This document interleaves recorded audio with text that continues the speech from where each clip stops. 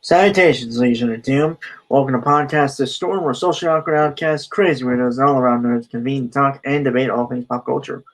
With me, as always, is my co-host, the Nerdy Occultist, aka the Authenticator, Dalton L. Mortimer. Hello, folks. How was your week? And I'm your host / time wannabe, the Brainstormer of Pop Culture. How's everyone doing tonight? I am all right. Tired, but all right. Yeah, pretty much the same. We have. Well, I feel like we gotta tell them. It was kind of a hard week to get things for this podcast. Because this is one of the rare weeks where nothing happens. It's both a good and a bad thing. Like, it's good because it means, like, even the crazy people out there aren't really doing anything crazy. But the show must go on, and thus we need stuff to talk about. So we did find some stuff. Some interesting stuff, I'd say. We might not have as much as we want to say. We might include some other stuff in case we need to pad out time. Mm-hmm. But yeah. Okay, so let's move to the first one. It's similar to, I believe it was an article we had last week. Mm-hmm. Or was it the week before? I think it was last week. Yeah. The Johnny Depp one. Yeah. Okay, so this is from, Dalton sent this to me. This is from giantfreakingrobot.com. Alright, so Amber Heard won't be fired because WB sees her as a victim. This by Rick Gonzalez, published 4 days ago.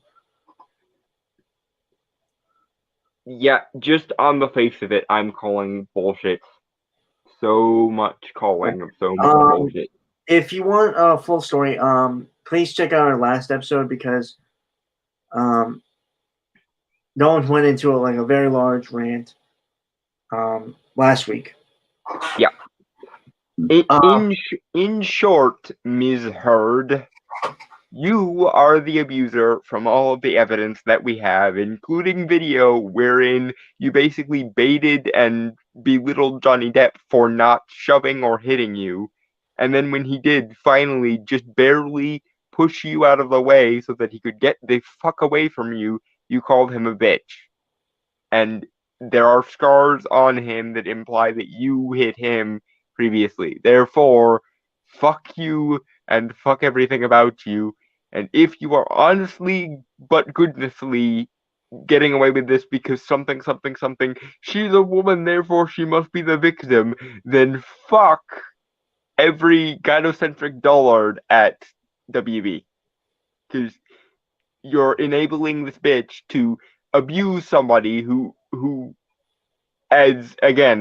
as far as the evidence is concerned, has not offered reciprocal violence to her in any way whatsoever, to be abusive.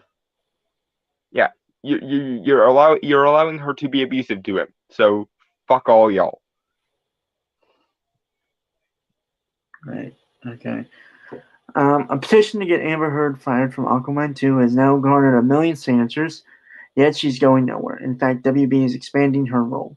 What gives? Why is she being fired? Apparently, Warner Brothers, the studio making Aquaman 2, feels that the backlash for firing her would be even worse than the backlash for keeping her. I don't know about that. I mean, okay. On this point, I can kind of concede because the people who are getting pissed off now are mostly people who want justice for Johnny Depp and are capable of seeing men as victims occasionally. The people who would get pissed off if Amber Heard was fired are all the people who are erroneously convinced that somehow Johnny Depp deserves the treatment he's getting, and the people who think, that something women are oppressed and something the patriarchy. So they would see this as Johnny Depp getting away with it, even though, again, as per the evidence, there is no reason to think that he was abusing her, and there is reason to think that she was abusing him unreciprocally. Um, even though that is the case, there are some women who still blindly think that Amber Heard is the victim in all of this. So if she got fired, they would see it as Johnny Depp winning one for the patriarchy and the poor woman being oppressed somehow. Even though that contradicts everything we know about the situation, but I digress.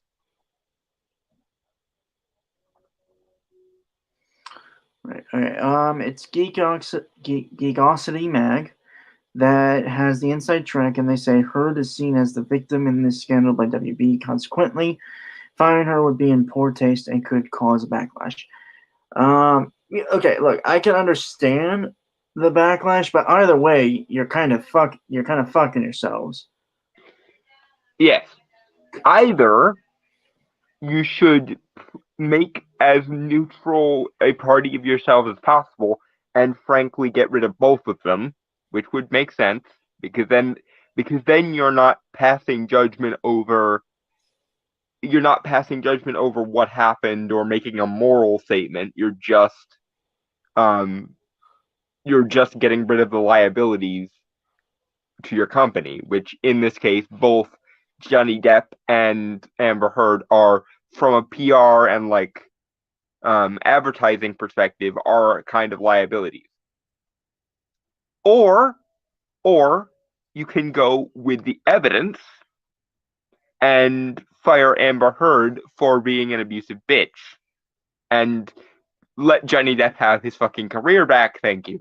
Because again, according to the evidence such as we have it, he is the abusive one and he was guilty of nothing more than pushing her to the side ever so slightly so that she couldn't hit him or bitch at him ridiculously again. Like, she was actively asking him to fight back and he was insisting not to, and she got in his face and he pushed her slightly out of the way so he could go do other shit. That is a general description of the video such as we have it, the video evidence. If you wanted to be sane human beings, in my opinion, that is what you would do. But I understand that in particularly Hollywood, perception is 9/10 of the law. So I can understand a situation where they're both PR sinks to you, therefore you get rid of both of them. However, what I cannot and will not accept is a situation in which, despite the actual evidence to the contrary, you are insisting that Amber Heard is the victim because woman. Not only because that is objectively wrong in this case by all the evidence that we have, but also because it honestly is kind of belittling to women. The idea that women can never be villains. That genuinely is sort of belittling to women, if that is the only metric that anyone actually gives a fuck about. If the only metric is never be belittling or condescending to women, then why the fuck are you limiting women's ability to be villains or to be actors in a negative way? Because unfortunately, having the power to act on things also implies the potential, however misused that potential might be, to have a negative impact as well as a positive one. sorry, but them's just the breaks. If you have the power to have an influence, there's a situation in which that influence could be negative. That is how this shakes out, unfortunately. Moving forward. Mm-hmm. All right, WB's view on the situation solidified when Johnny Depp lost his libel case against the Sun, what the judge said the Sun had not committed a libel because the claims that Johnny Depp is a wife beater aren't true. There's some grammatical error in there. I just again, for for those in the cheap seats in the back there, the only video evidence we have, the only most concrete evidence we have, demonstrates him gently as possible pushing her out of the way because he invaded her personal space and actively baited him into hitting her. And he didn't hit her, by the way. Even though she was baiting him to do it, he did not hit her. What he did was push her gently out of the way so that he was no longer being crowded by her, and then he walked the fuck away so that he didn't have to engage with her anymore. That is the only video evidence that we have of the domestic spat that they were apparently engaged in, and it was Johnny Depp being perfectly calm and perfectly restrained up until the point that he was called many, many terrible things by Amber Heard. She got into his personal space, baited him into hitting her, and he gently pushed her out of the way so he could go and fucking do something else with his time and life. As far as I and many, many other reasonable people are concerned, that is him being far more restrained than he could reasonably be expected to be, going above and beyond the call of duty, and somehow still getting shit for it.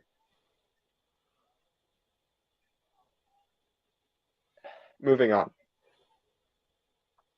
As a result, Amber Heard is moving forward with Aquaman 2.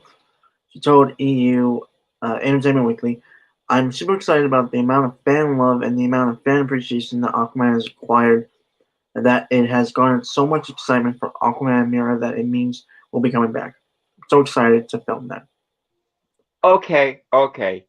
My personal anger at Amber Heard aside, because she, by all evidence, appears to be an abusive bitch, she is good at her job. I am not going to dispute the fact that she is good at her job. Mera is one of the better parts of the Aquaman movie. That being said, if we live in a world where everyone who's ever ran afoul of any controversy ever needs to be fired and pilloried in the court of public opinion, I would prefer that apply equally to both genders or to neither of them. And given that Johnny Depp lost his Grindelwald role, not for the meritocratic reasons that I would be okay with, but for the reason of Warner Brothers no longer wishes to be associated with him because morality, if Johnny Depp loses his role, then sadly enough, we also need to lose out on Mera in Aquaman 2, or she needs to be recast. And again, I take no personal pleasure in a Mera-less Aquaman because I thought that Amber Heard did a really good job. But if the skills don't matter for Johnny Depp when he's doing his job because of some arbitrary moral standard, then I'm sorry, but by your own standards, not standards that I hold, mind you, but standards that you yourselves have set up, then Hollywood needs to come down on Amber Heard like a ton of bricks. If we're to play the game fairly here. Or we can just go with the assumption that nobody deserves to be fired because of arbitrary moral woo bullshit that has nothing to do with their jobs, and Johnny Depp can also get his job back. Like, these are the options. Either the standards apply equally to both of them, in which case they both lose their jobs, or the standards apply to neither of them and they can both keep their jobs.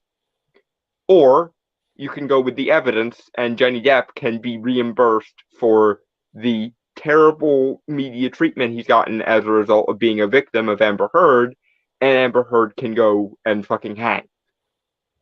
Like, these are the three options. One in which, metaphorically hang. yeah, metaphorically. I'm being cheeky and pithy because my ability to empathize with this bitch has long since been deconverted by evidence. But yeah, these are the three options. One in which they both lose their jobs, one in which they both keep their jobs, and one in which we go with the evidence as to who keeps their job and who doesn't. These are the only three rationally consistent options. Or you could go with option 4, which is the nonsense option of she may have been the violent abuser, but she's the woman and she can do no wrong. And I'm mortified by the fact that that appears to be the option they went with. It doesn't matter that he was the abuser. He's still a public relations liability, and she's still not, even though she's documented to abuse people. Oh, fucking hell. All right. Moving on. Amber Heard has addressed the campaigns and petitions that were trying to get her removed. Paid rumors and paid campaigns on social media don't dictate casting decisions because they have no basis in reality. Heard added, only the fans actually made Aquaman and Aquaman 2 happen. I'm excited to get started next year. Okay, Don, I feel like there's going to be another rant you do. Yeah, go ahead. Say anything you need to say before. Okay, that's, and again, like, I haven't paid much attention to this with Amber Heard and Johnny Depp, because to be perfectly honest, I didn't even know they were married at one point. I don't think they were married. I think they were just dating. I think. I hadn't heard one way or the other on that part of the story. Well, either way, I didn't really pay much attention to this. Yeah. But that statement that she has just said is very much conceited and kind of like, I think you can kind of tell that she's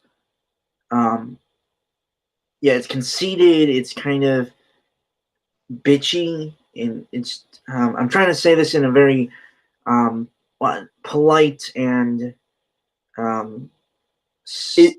it's condescending, and it comes off honestly a little bit of teasing, like Nina, you couldn't get rid of me. Right.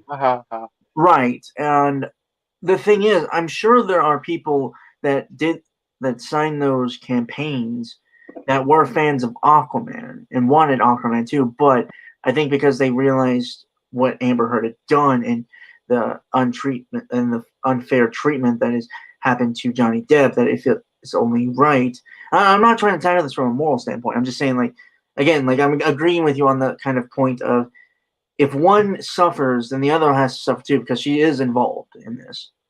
Yeah, like it's not a moral issue at this point. I mean, I get quite viscerally pissed off by the fact that Johnny Depp, through no fault of his own, was called an abuser for several months, and then it turns out he was likely the abused party in the situation.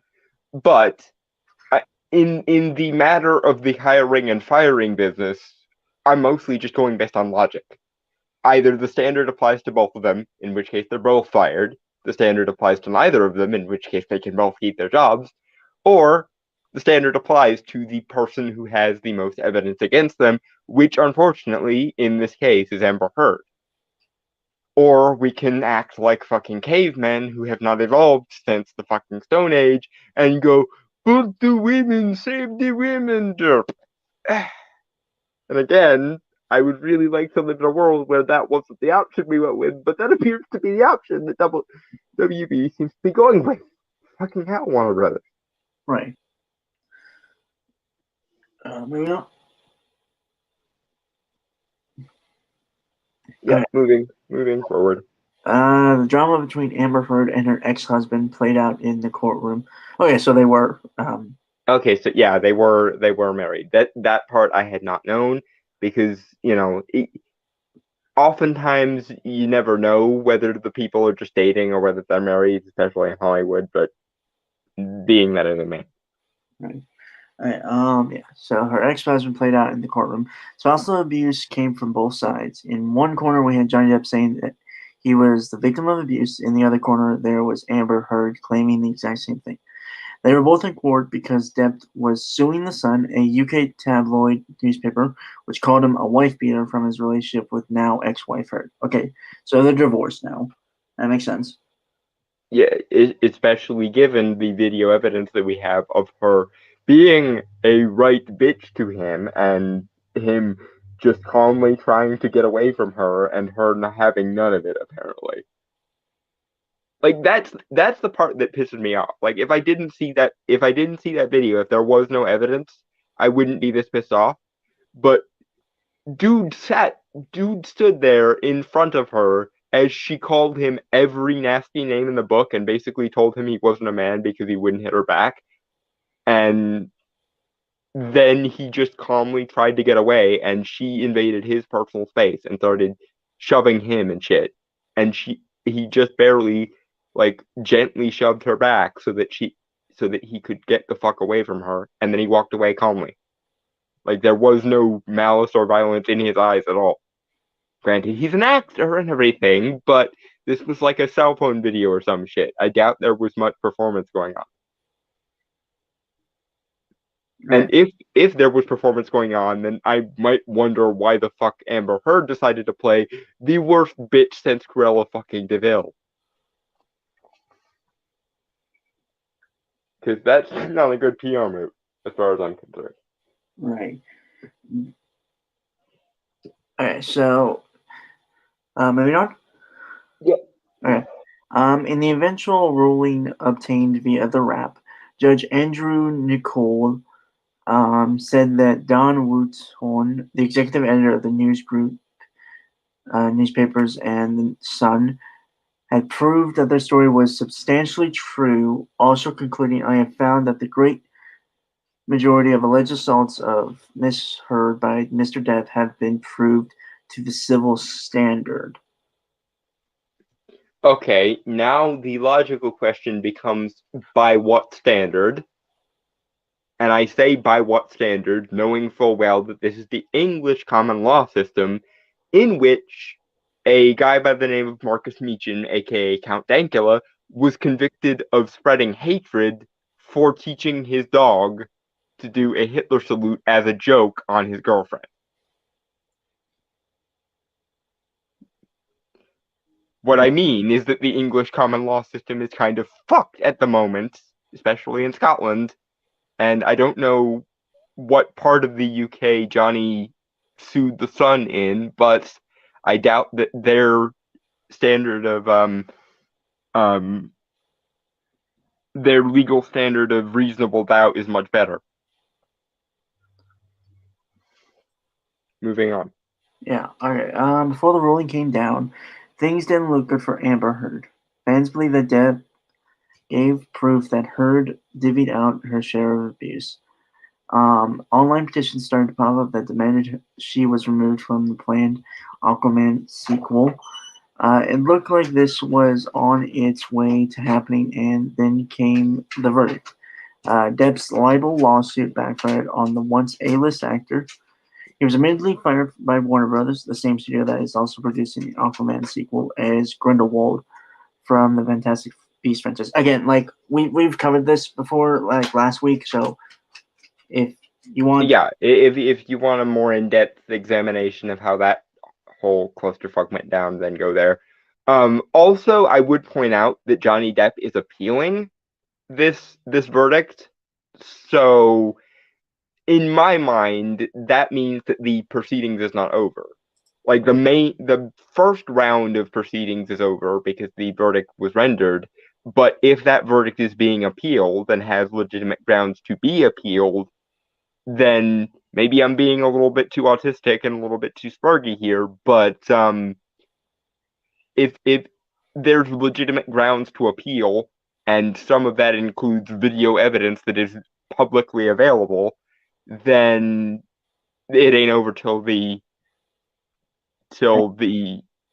effeminate actor gets his due. I guess is the best way of phrasing that.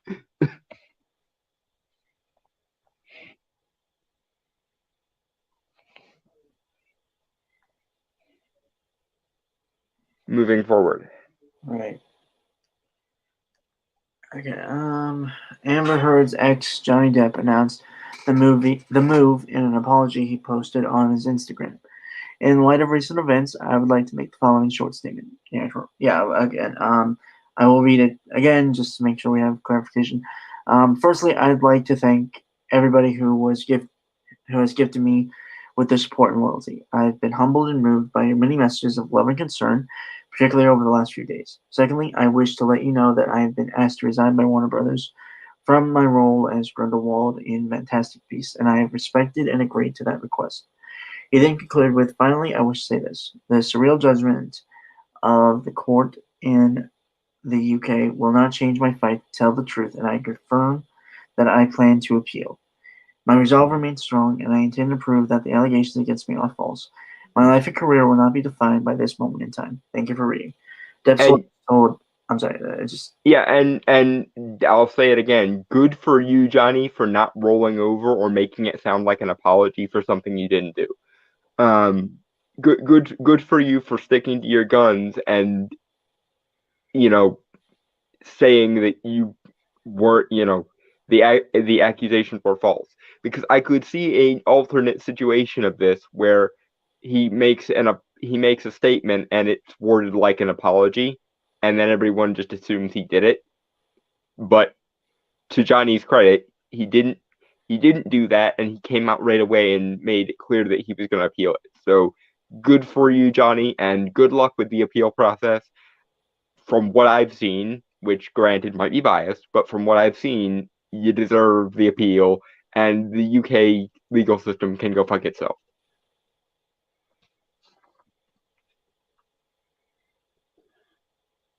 right. Okay. Moving on. Depp's lawyers told the AP the judgment is so flawed that it would be ridiculous for Mr. Depp not to appeal this decision. Right. Wait. Read that again, because I want to make sure I heard that right. Okay, yeah. Depp's lawyers told the AP the judgment is so flawed that it would be ridiculous for Mr. Depp not to appeal this decision. Okay, at first it sounded like the judge said that, and I was like, well, then why the fuck was that the judgment then? But if it was just his lawyers, then yeah, that makes sense. Because, they have a client that they need to defend and everything. Now, again, granted, and I do not think that they are just being, manipulative in defending their client because they have to defend their client. I think there is a genuine case for Johnny Depp in this regard from the publicly available evidence that we have. But it makes sense for a lawyer who's being hired to defend somebody to continue defending somebody until they're off the clock, no matter what their views on the subject matter are. Moving forward. Mm-hmm. So now Amber Heard's role as Mira will be expanded beyond initial thought, while it may have little to do with her victory over Depp. The more likely reason is that DC is trying to still compete with Marvel in girl power. With the recent announcement that Marvel is looking to add more women to their roster, Ms. Marvel, She-Hulk, Kate Bishop, DC may be in scramble mode to up their female ante. Right now, DC does have Wonder Woman, but she is flying solo if Mira is removed. Of course, they could do a recast, but it would look bad for Warner Brothers if they were to remove Heard now.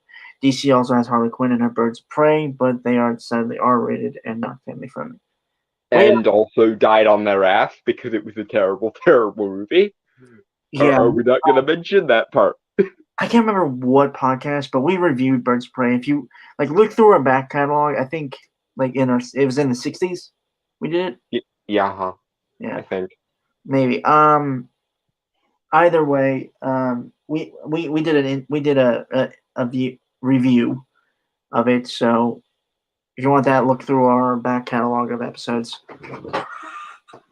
Yeah, I would much rather a situation in which neither of these studios was playing the appeal to the women's game, not because women aren't welcome or any other of the strawman positions that you might come up with, but because I think women enjoy quality storytelling in the same way men enjoy quality storytelling, and if you bill it correctly, they will come.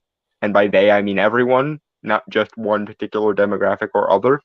and I think most women find overt feminism to be a turnoff anyway. That's why There, the numbers suggest that only, I think it's 8% of only 8% of Americans consider themselves to be feminists, and only like 20% of the people in the UK consider themselves to be feminists. So by the sheer numbers, that suggests that a sizable proportion of women do not consider themselves such.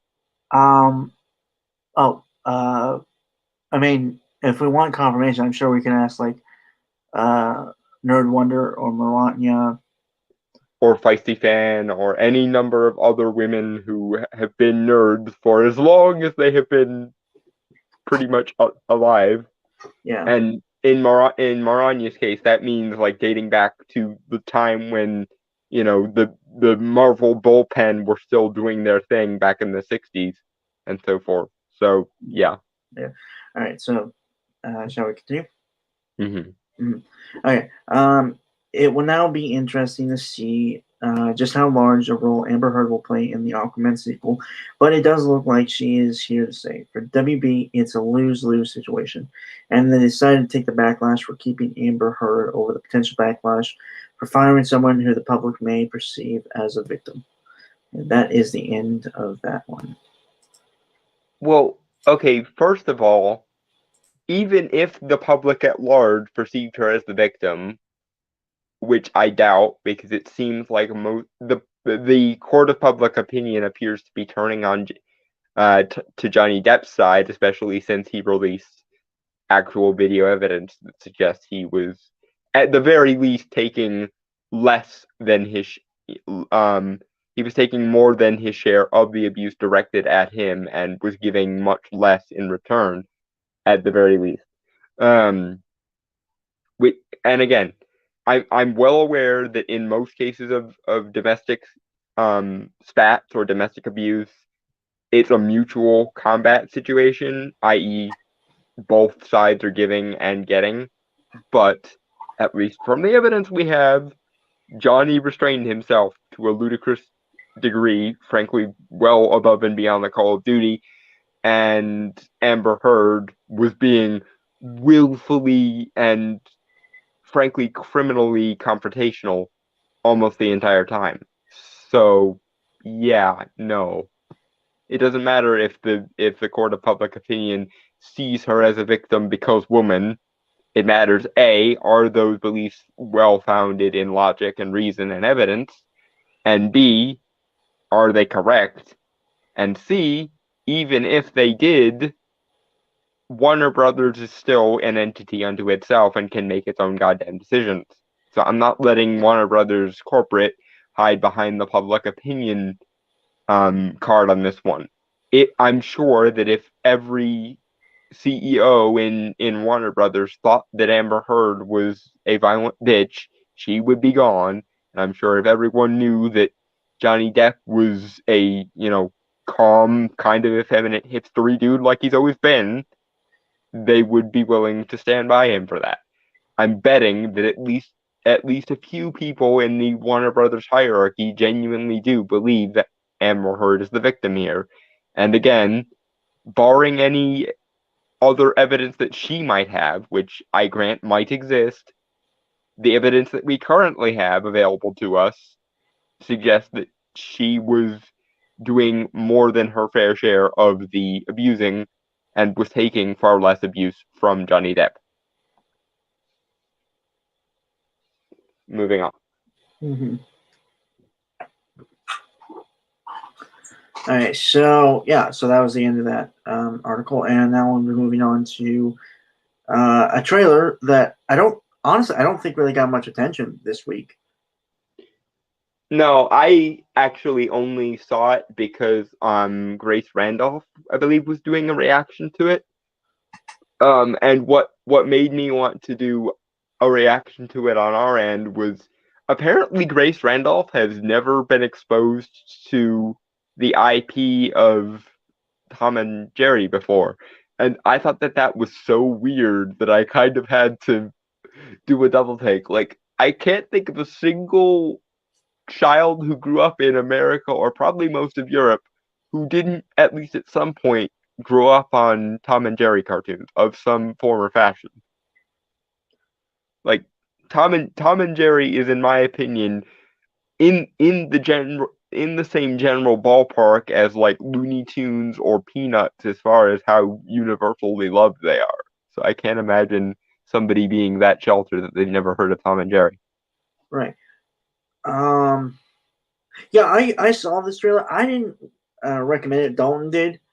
Like I had saw it and I wasn't really sure about covering it, simply because it's a lot like a lot of kind of older cartoons made into movies. Unfortunately, yes. It has a similar formula, and we'll get into it as we go on. But yeah, it's like I didn't really think much of it. I don't think it's gonna get much fanfare because it didn't really over the week. Which I think is largely due to the fact that they don't embrace the cartoonishness of it enough. Like, because Tom and Jerry is kind of where we get cartoon slapstick from, and it doesn't appear that they're letting it go as far as it would need to go to be entertaining.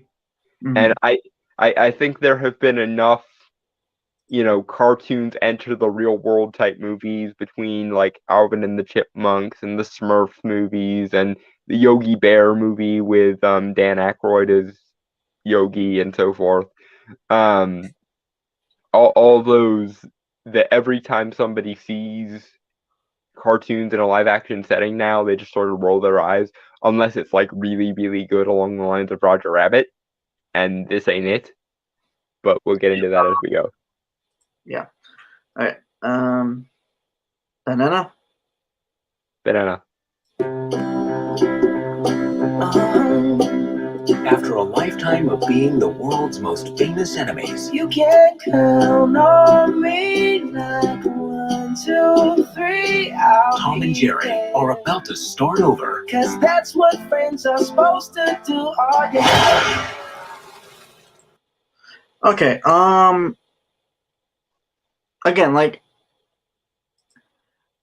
when I saw like a teaser of this before I actually found out there was a real trailer for it. It was like a Spanish one, and no, I didn't understand what the hell they were saying. Make the joke. Make the joke. I abstain. You did it for me this time. Oh, there. Yeah, but no, I saw it and it looked good. Like the animation style was cool. Like I liked how they were designed, how they looked. It was like a more modern. It looked like the classic kind of 50s or 40s animation, but with a more cell shaded look, which I thought was really cool. And I thought the whole movie was going to be like that, right? Like the environments and everything, or at least like Mhm. type of really well made like CGI backgrounds. Yeah. Or like environments. And then when I watched the trailer, obviously I'm like really fucking disappointed because it's supposed to be like,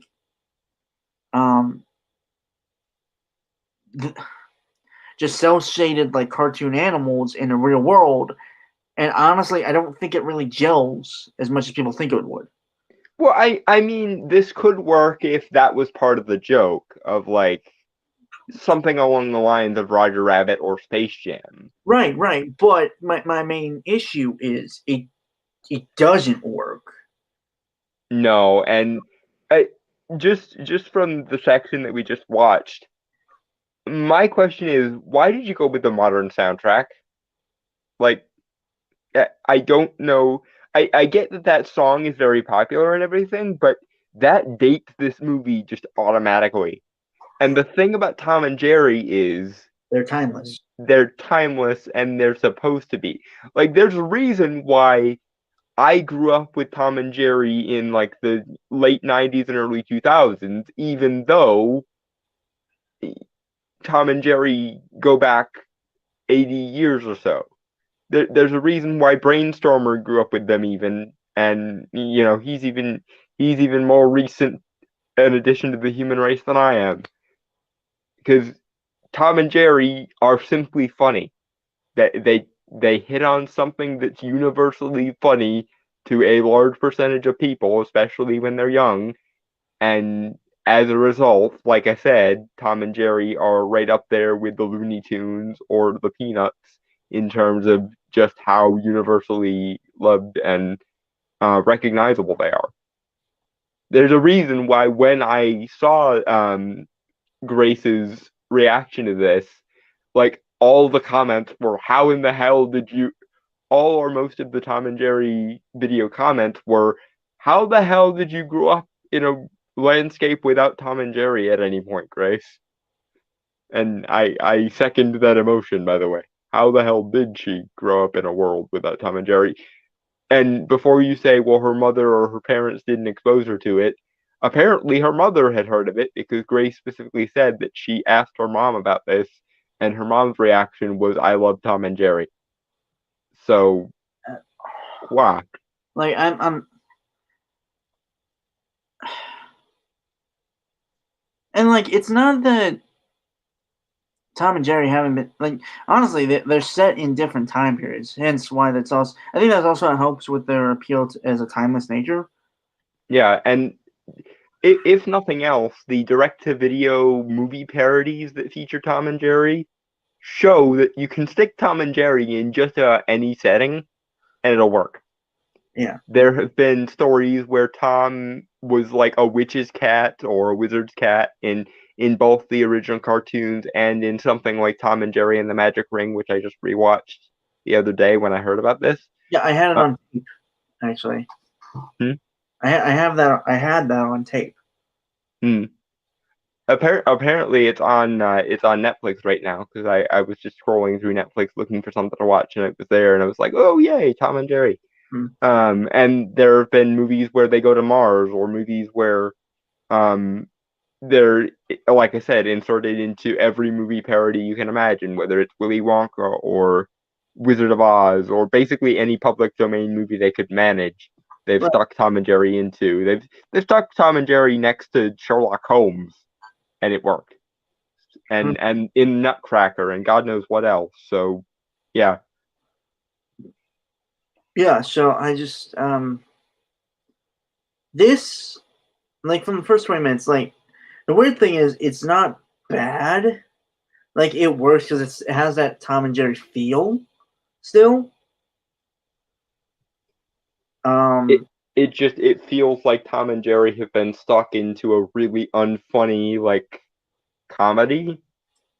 Yeah. That involves human beings, and I not only don't care about the human characters, I want them gone so that we can have a Tom and Jerry movie. Because they've actually tried a Tom and Jerry movie, as in like an actual full-length motion picture before, in I think it was the 90s, and I used to have that on tape, where Tom and Jerry talked, and they tried to be friends for most of the movie, and then the entire movie got turned on its head and stopped focusing on Tom and Jerry in favor of an orphan girl, her missing father, and her like horrifyingly like evil stepmother-ish aunt. So like despite the fact that there has been a Tom and Jerry movie, we still haven't gotten a proper Tom and Jerry movie. And I, for one, would like us to just get a regular Tom and Jerry movie already.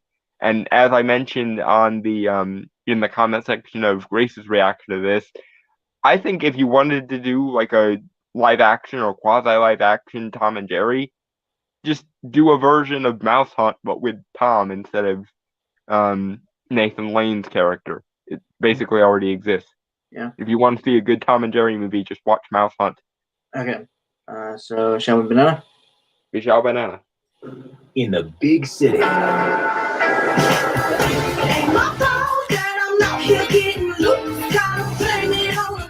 This hotel has been host to 4 presidents, 3 popes, 2 kings, and we're about to host the wedding of the century. Do you think you're qualified to take on this position? I shine under pressure like a diamond.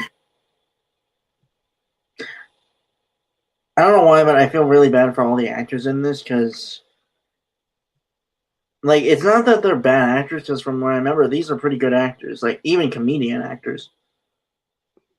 it appears they just really have nothing to work with. Yeah. If anything, like you could have them voice characters in the Tom and Jerry mythos because there is a pretty good expanded cast. Yeah, I mean, there's the gray mouse that's usually Jerry's nephew, whose name I forget. There's Spike and his son that are always giving Tom grief and usually being on Jerry's side. And they usually talk. Yeah.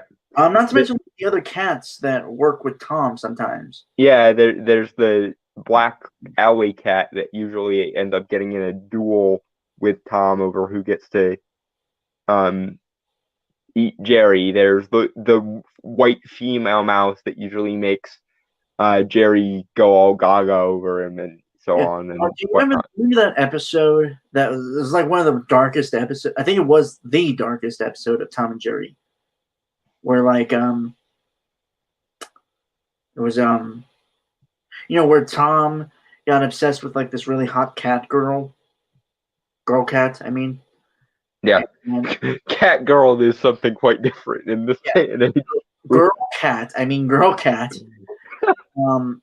And she leaves him because she's a gold digging bitch. Basically, and he becomes so depressed that he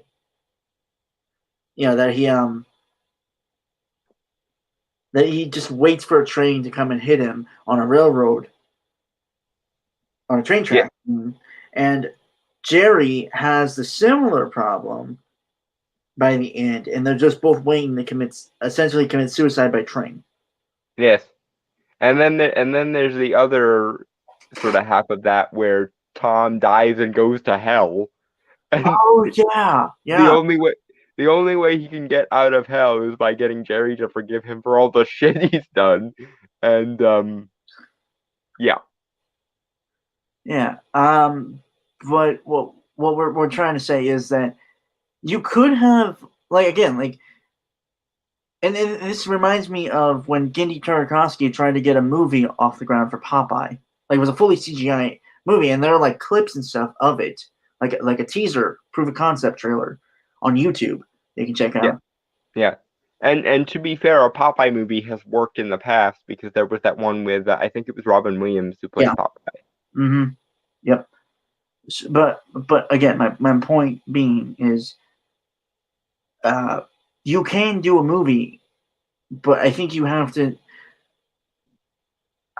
I'm curious who's directing this because I'm feeling that it might be a first-time director. Either that, or they just got the guy who was behind like the Smurfs movie or the Alvin and the Chipmunks sequels. Either way. My point being is that you can have a Tom and Jerry movie. You can make it work, like even in fully CGI, like animation and stuff. Like Spider-Verse made that work, and I mean, hell, they made the Lego movie, and it was awesome. Like, I will not. I will not lie. I thought that movie was completely stop motion. Yeah, I think a lot of people did. Because it was just really, really, really fucking well done. And in a universe where the Lego movie exists and is awesome, don't be telling me that a franchise that has lasted for 80 goddamn years and then some cannot also be awesome. And just as like a quasi proof of concept, they made a Peanuts movie that was all CGI a couple years ago. And they didn't really modernize it very much. They just sort of played it straight, and it worked. I haven't seen that. Yeah, if the Peanuts movie from a couple years ago can work, if the Lego movie can work, and there have been dozens upon hundreds of direct-to-video Tom and Jerry spoof movies and so forth in the last couple of years, then clearly Tom and Jerry can hold their own movie. You just have to have a little faith. Okay, so I found out who's directing it. Okay. Tim Story. That name is familiar to me. he directed the 2005 Fantastic Four movie. I think he directed both of them, didn't he? The Well, Fantastic Four and then Rise of the Silver Surfer.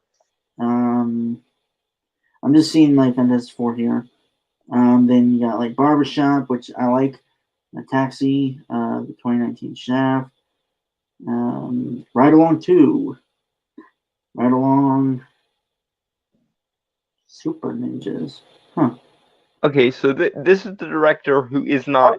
Yeah, he also directed Rise Silver Surfer.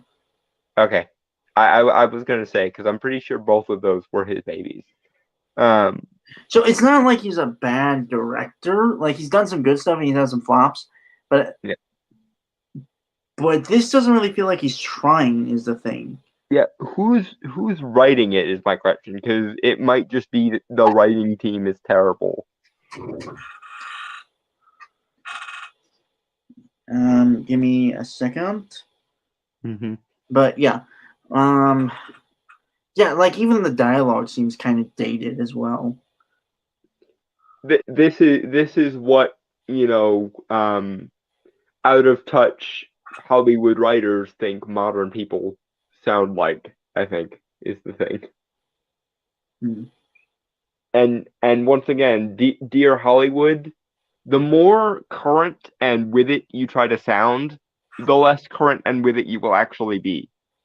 The best way to go about it is to create something that works regardless, because then you might actually be within a good shot of making something that will last instead of something that will be dated long before you actually even release the fucking thing.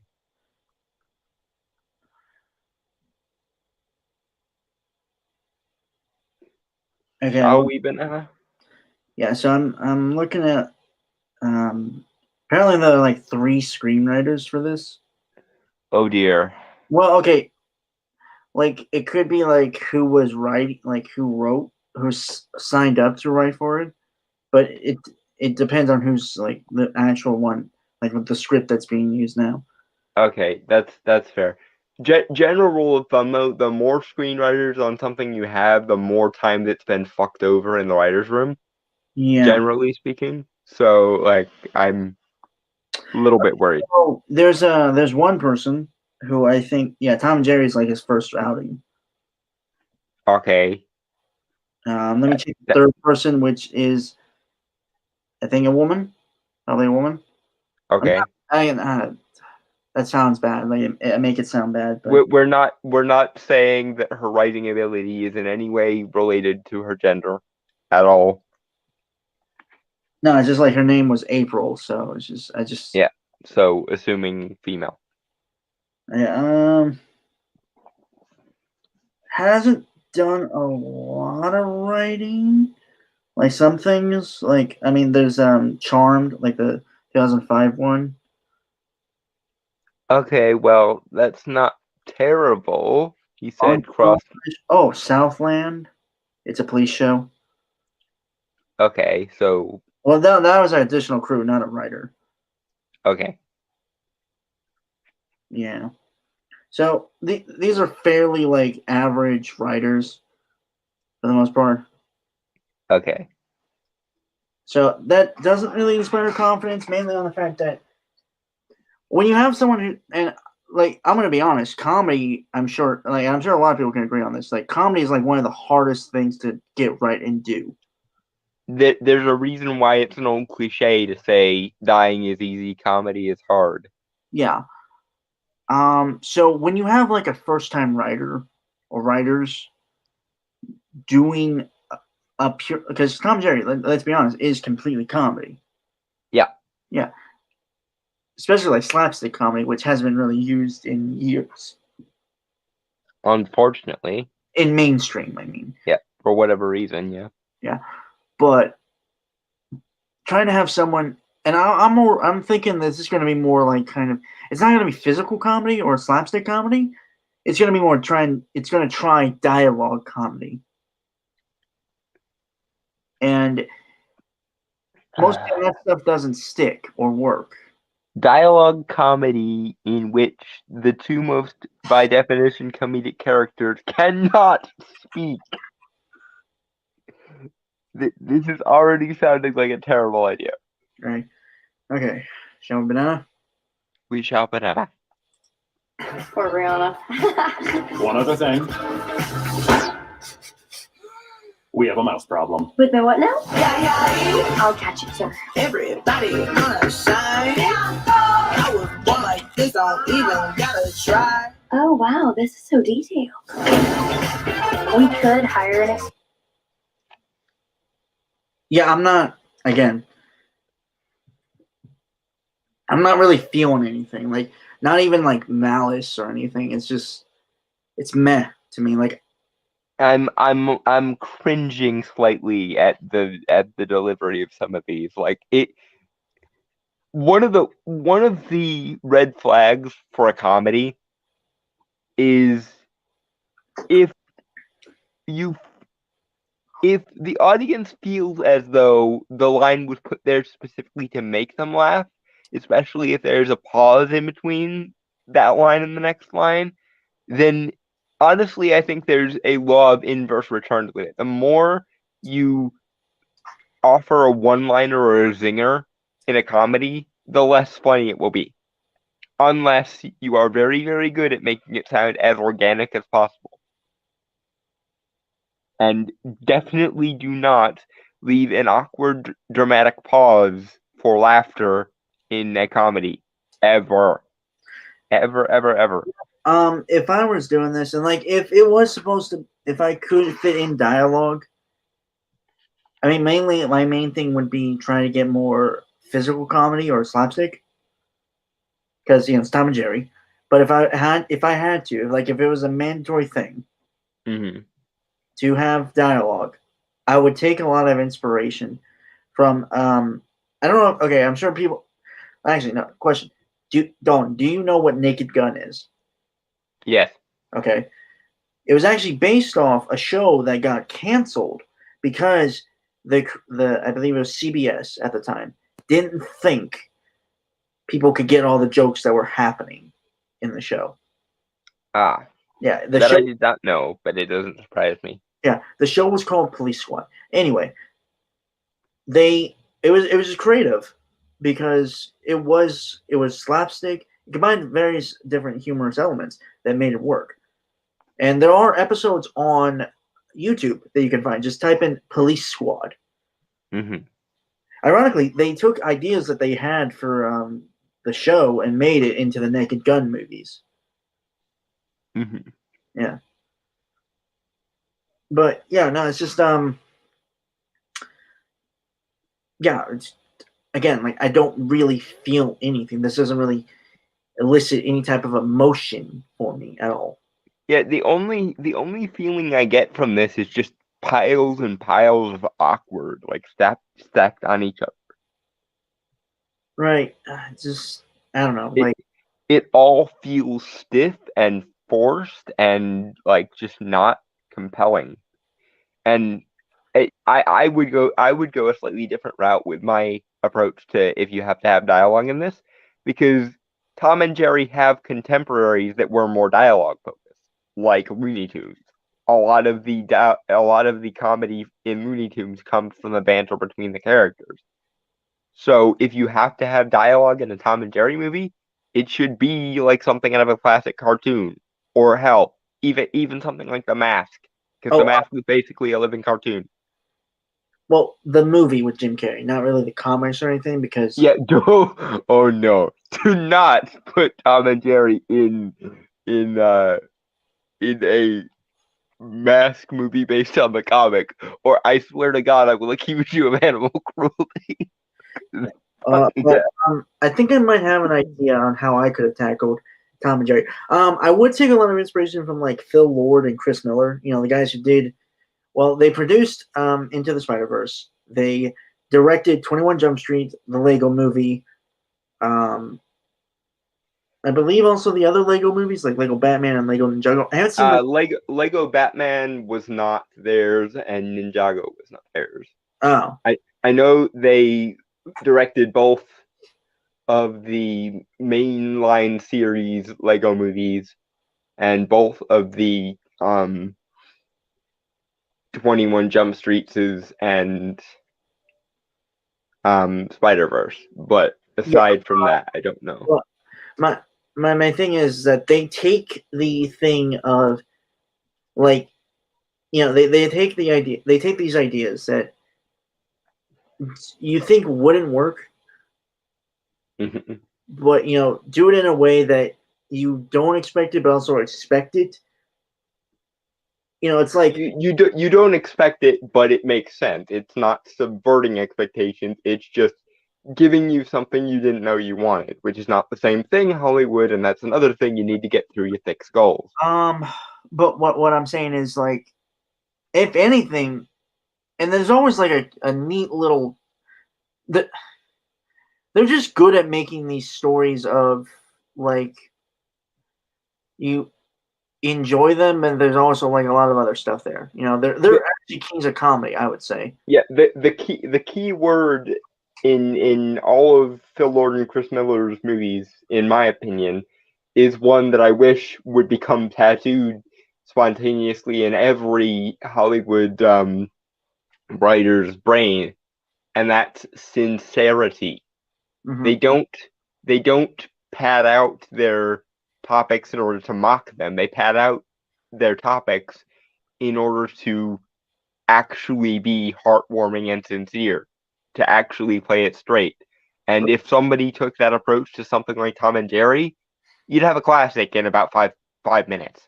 If you actually played on the context of what Tom and Jerry means and has meant to so many people over the almost century that it's existed. Right. I think I might have an idea on how to do a movie in type with them. Mm-hmm. I mean, it might not work, but yeah. So the idea would be is Tom and Jerry is a franchise that existed for over a century, right? Mm-hmm. Okay, so what if Tom and Jerry? It's kind of like a legacy film, where the idea is that the families are like generations of actors who've taken up the roles, and we're kind of watching like the newest generation, which would be the generation of this time, which obviously represents like the kind of Gen Z kind of character archetype, but obviously not in like a cringe kind of way. But I would certainly hope not. There's too much of that already. Right, but my point being is it obviously tackles about the idea of legacy and kind of just that. I think it's just interesting because you get to see kind of like that evolution of you get to tackle like the generation thing of like how these kind of animated characters have grown and changed and how they've been influenced via the decades they've been in. So it's kind of like a history of animation itself. Yeah. But also it's just, I also think it's really interesting, like if it takes inspiration from like Roger Rabbit, and if anyone remembers Looney Tunes, like the sheepdog and the wolf, where they clock Sam and Ralph. Yeah, Sam and Ralph. And it's the whole clock in and clock out thing. They're doing a job, and like I would always love to see what happens when the cameras aren't rolling. Like, are they actually friends? Do they have like a good rapport with each other and stuff? So, it's just something like that I think would be really interesting. And again, like there's good elements where you could do character work, and it's just me, so everyone take a drink. But yeah, I think in vain of me trying to replicate what Phil Lord and Chris Miller do with their movies, that's what I would do for a Tom and Jerry movie, or at least try to. I don't really know what I would do with a Tom and Jerry movie. I sort of like the idea of making them travel the world, though. Like, maybe it's like a Home Alone situation, but instead of them being home alone, or at least not for the entire movie, they end up almost like a, what do you call it? Is Homeward Bound the one where the animals go in search of their owners? I think so. Yeah. That one. Okay. Well, what if like Tom and Jerry are going through their like daily shenanigans of, you know, the running and the chasing and the mouse trapping and what have you. And then their families leave for reasons that they don't know. So they decide to work together in pursuit of finding their family. But of course, because they're still a cat and a mouse and they're Tom and Jerry, they end up basically getting in various comedic situations as they travel the world looking for their family.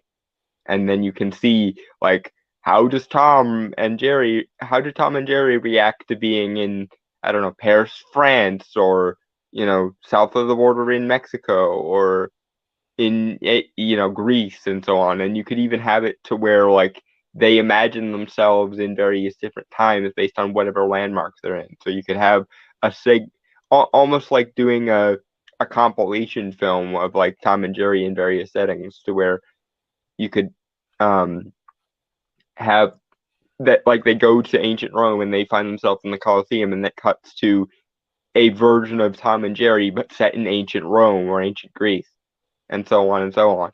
And then eventually, like, the heartwarmingness comes from them basically having this globetrotting adventure looking for their family, their housemates. Mm-hmm. And then if you wanted to have either animated human characters or just live action human characters, you could again play on kind of the Home Alone thing where they realize they forgot Tom and Jerry. I actually sort of like the idea of in that movie, Jerry was at one point just the mouse in the house, but the family that owns the house took a liking to them, and so now Tom and Jerry are both considered their pets, and that makes, you know, obviously the fact that Tom and Jerry are constantly at each other's throats even funnier, because they sort of have to pretend to be nice to each other while the family is around, but once the family has turned their back, it's right back to cat and mouse shenanigans. Mm-hmm. Literal. So, yeah, that's kind of like how two versions of us would, like two versions of Tom and Jerry, and how me and Dalton would tackle them. Yep. Dalton and I. That's what I meant. Yep. It really isn't hard, and I'm sure given the impact of Tom and Jerry over the years, someone in Hollywood considers Tom and Jerry to be the most amazing thing ever. I'm sure they exist. Mm-hmm. It would stun me if they didn't exist. And that's the other thing. I feel like this movie was made purely for like cynical cash grab purposes, when you could have easily just hired somebody who loves Tom and Jerry to death and wants to milk them for all they're worth.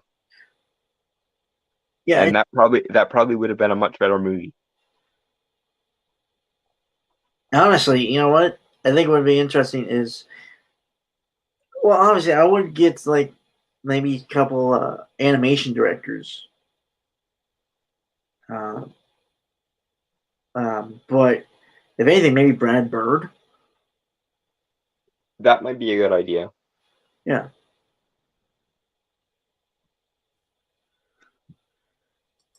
All right. Because he's pretty good at making live action and animated movies. I'd love to see him combine the two.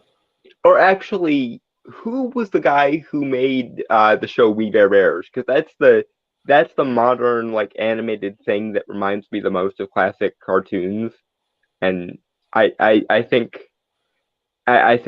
probably because the characters do talk, but they don't talk often, especially Ice Bear. The guy that's behind We Bare Bears could make a pretty kick-ass Tom and Jerry movie if they let him. All right, so Banana. Terminator. Oh, we can leverage millions of years of predatory evolution.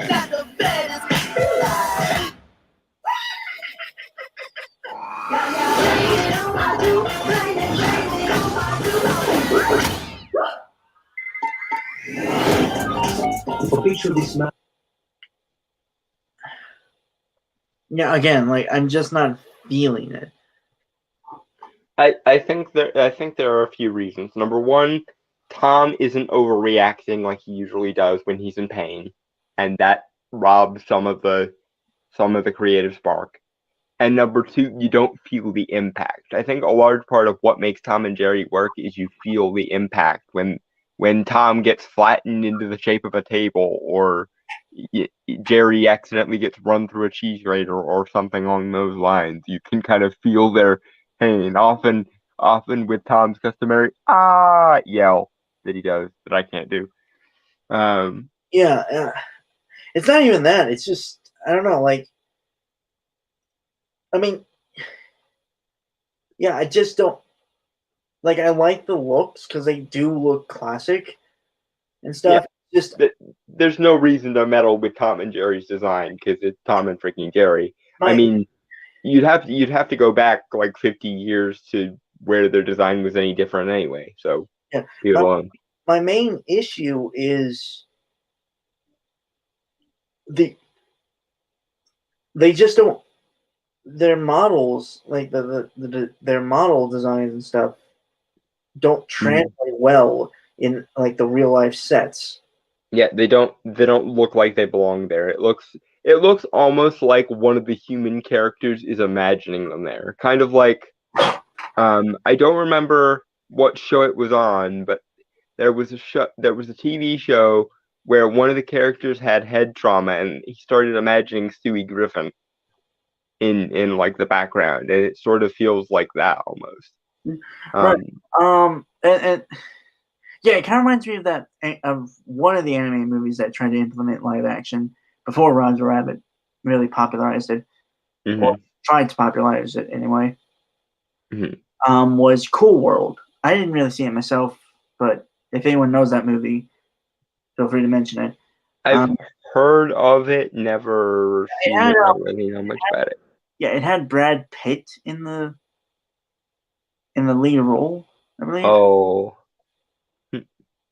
Yeah, but yeah, I don't know, like I just don't feel any weight. It feels like it's just going through the motions. Like Tom and Jerry are just here because they're the generic characters who we need to milk for money this month, kind of. Like it seems like some cynical asshole in Hollywood is just, he has a list of all of these like nostalgic like boomer or Gen X properties, and he's just like, okay, we did Alvin and the Chipmunks, check that off. We did Smurfs, check that off. What's next? Oh, Sonic the Hedgehog, ding, check that off. Now let's do Tom and Jerry, ding.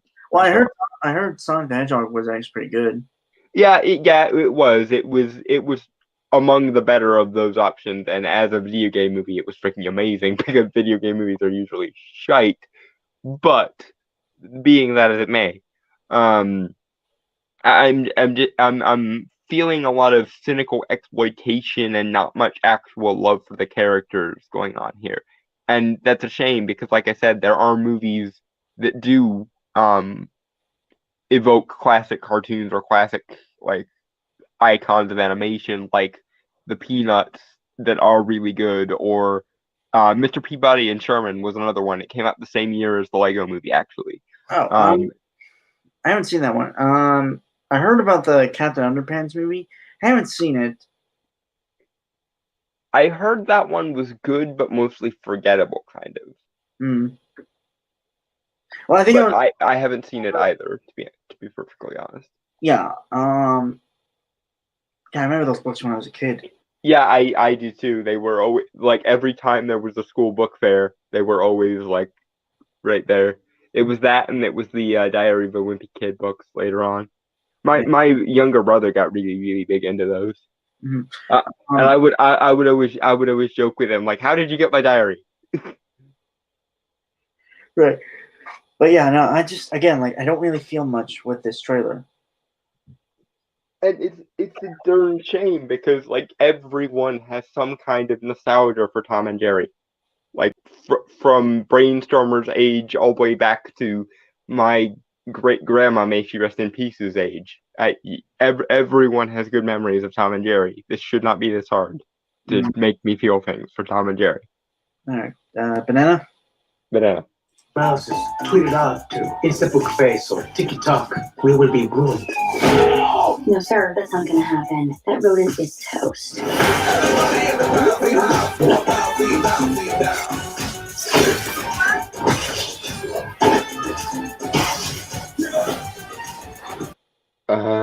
Yeah, again, like it's really dating itself with those references. Yeah. Why is there rap in a Tom and Jerry movie?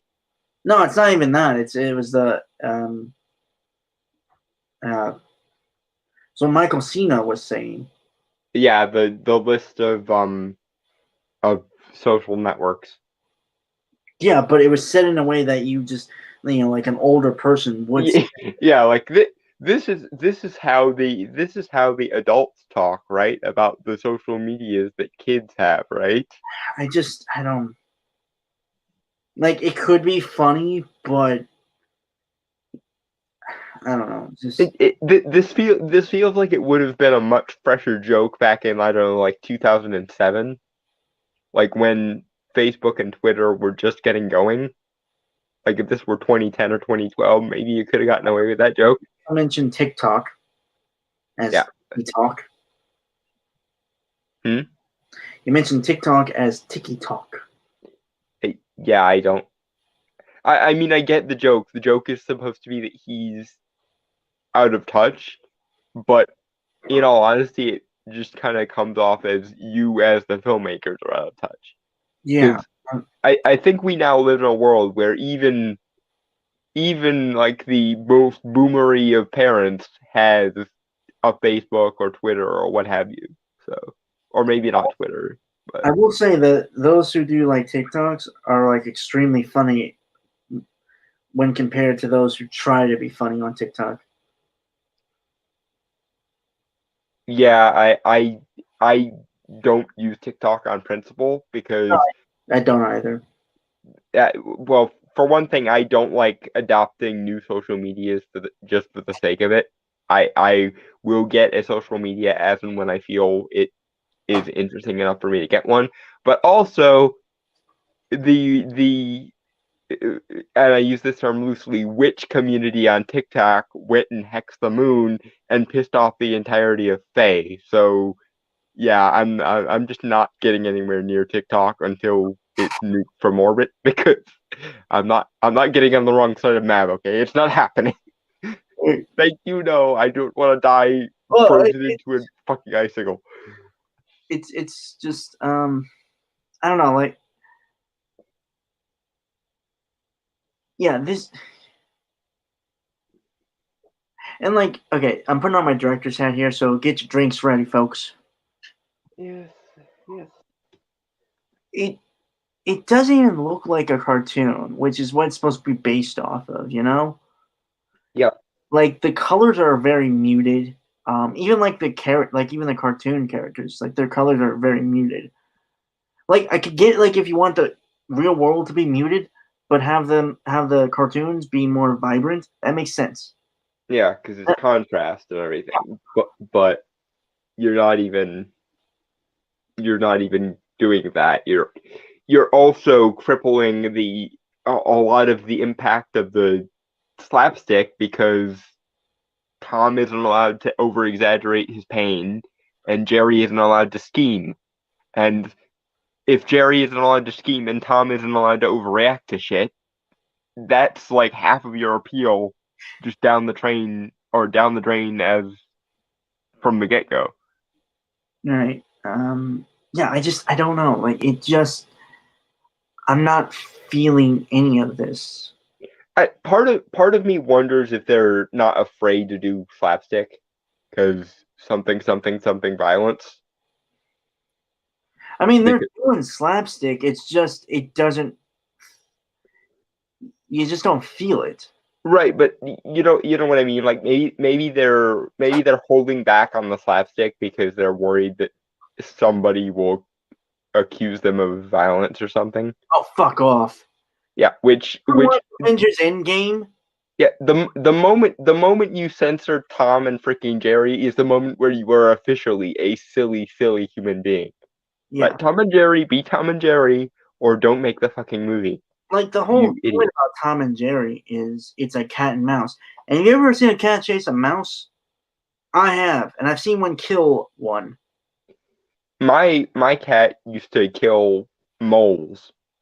Like Right. full-grown moles. She would literally drag them out of the ground and leave them at our doorstep. Right. So violence is kind of inherent with a cat and a mouse, like animals. There's a reason why it was a very easy cartoon concept to pitch, because everyone knows what happens when you stick a cat and a mouse in a room together. Like this is it is Noam Khaleesi. We know this already. Right. Okay. Banana. But now, I will not let this hotel be ruined by a cat and a mouse. He's spying on us.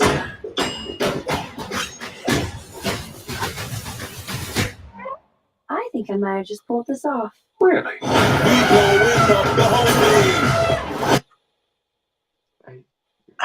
Like there are actual legit comedic actors in here, and yet from what I've seen of them, it feels like they're phoning it in, which I could understand because it feels like I don't think they want to be in this kind of shit movie. yeah, and again, it's a darn shame because I think everyone, apparently excluding Grace Randolph, between the ages of like 8 and 80, have some kind of connection and some kind of love for Tom and Jerry, in the same way that they have some kind of love and affection for the Looney Tunes or the Peanuts characters. Like this is something that should, by rights, appeal to everyone that you could possibly ever want to see a movie, if you do it correctly. And even Tom and Jerry, to some extent, seem like they're phoning it in compared to their normal cartoon counterparts. Right. Okay. So we got 24 seconds left. All right. Banana. Banana. Everybody in the bouncy house, go bouncy, bouncy.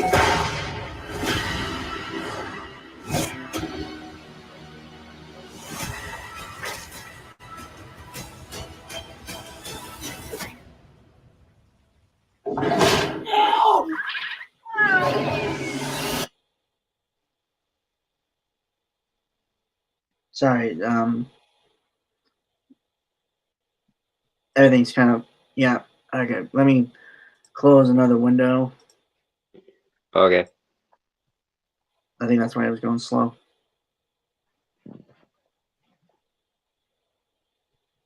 But yeah, again, like it feels weird.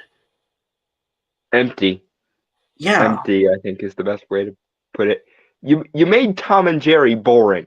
I don't know how the fuck you did it, because they haven't been boring for 80 freaking years, but you did it.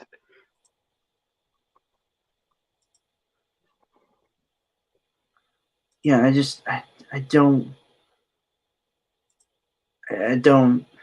got nothing to say because, like, I don't really think I honestly don't want to review it because it implies I have to watch it. Yeah, I again, this feels like somebody who's responsible for all of the shitty let's stick a cartoon in the real world movies just went, well, we tried Alvin and the Chipmunks and that did okay. We tried the Smurfs and that did less well, but still did okay. Let's mine people's nostalgia for Tom and Jerry. And then somebody else in the room went, so are we going to make a Tom and Jerry movie? And then the guy went, no, let's just stick the characters in there for no reason. And I'm like, given all of the potential scenarios you can stick Tom and Jerry in and people are rolling in the aisles, or again, if you wanted to do a live action Tom and Jerry, take the outline of Nathan Lane's Mouse Hunt, which basically was Tom and Jerry, but if the main characters of the producers were in it instead of Tom, and remove the main characters from the producers, which is basically what Nathan Lane and the other guy in that were doing, and put Tom in there, and boom, you have basically a Tom and Jerry movie done correctly. It's not that hard. Just remake Mouse Hunt, but with a Tom and Jerry skin over it, and people will be laughing. But no, because it's cynical cash grab that doesn't actually care about its own property, I guess. Yeah. It's yet another case of if you care about the IP, then put more effort into it. And if you just want to make a cynical cash grab, then put more effort into it so you'll actually make money. And if you don't care enough to put effort into it, then why, like, if you don't have faith in the IP to make money by itself, then why try to fix it in the first place? You know what's funny? Like, whenever I turn a picture of doing something funny, like for like a story or something, like for comedic moments, Mm-hmm. it's either slapstick or kind of like sarcastic humor. Yep. Because you can never go wrong with slapstick, because most of the time it is funny. Yep. I mean, so obviously there is a certain threshold where it becomes more kind of where it goes from slapstick to torture porn. See also any Squidward-centric episode of SpongeBob, pretty much. ugh. But generally, there's something that appeals to witty. There's something that appeals to people about witty repartee mixed with slapstick. That's the reason why, like, Looney Tunes is still a thing years later, and why Tom and Jerry is still a thing years later. And Tom and Jerry, in particular, they have spent the last 10 years of like direct-to-video movies showing that you can stick them in literally any movie and it'll be funny. Whether it's Sherlock Holmes or Wizard of Oz or something involving Martians or Willy freaking Wonka, you can stick Tom and Jerry in almost anything and it'll be funny.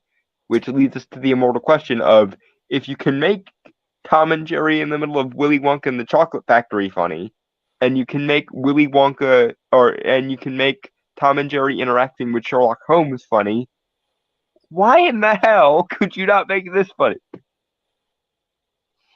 All right. So shall we move on? We shall. Right. So moving on to the next subject or topic of tonight. Yeah, I think we might have to use some of our other things. But yeah, this is from Screen Rant. This is Wonder Girls show with Latina star in the works at the CW. This is by Thomas Bacon. This was published 6 days ago.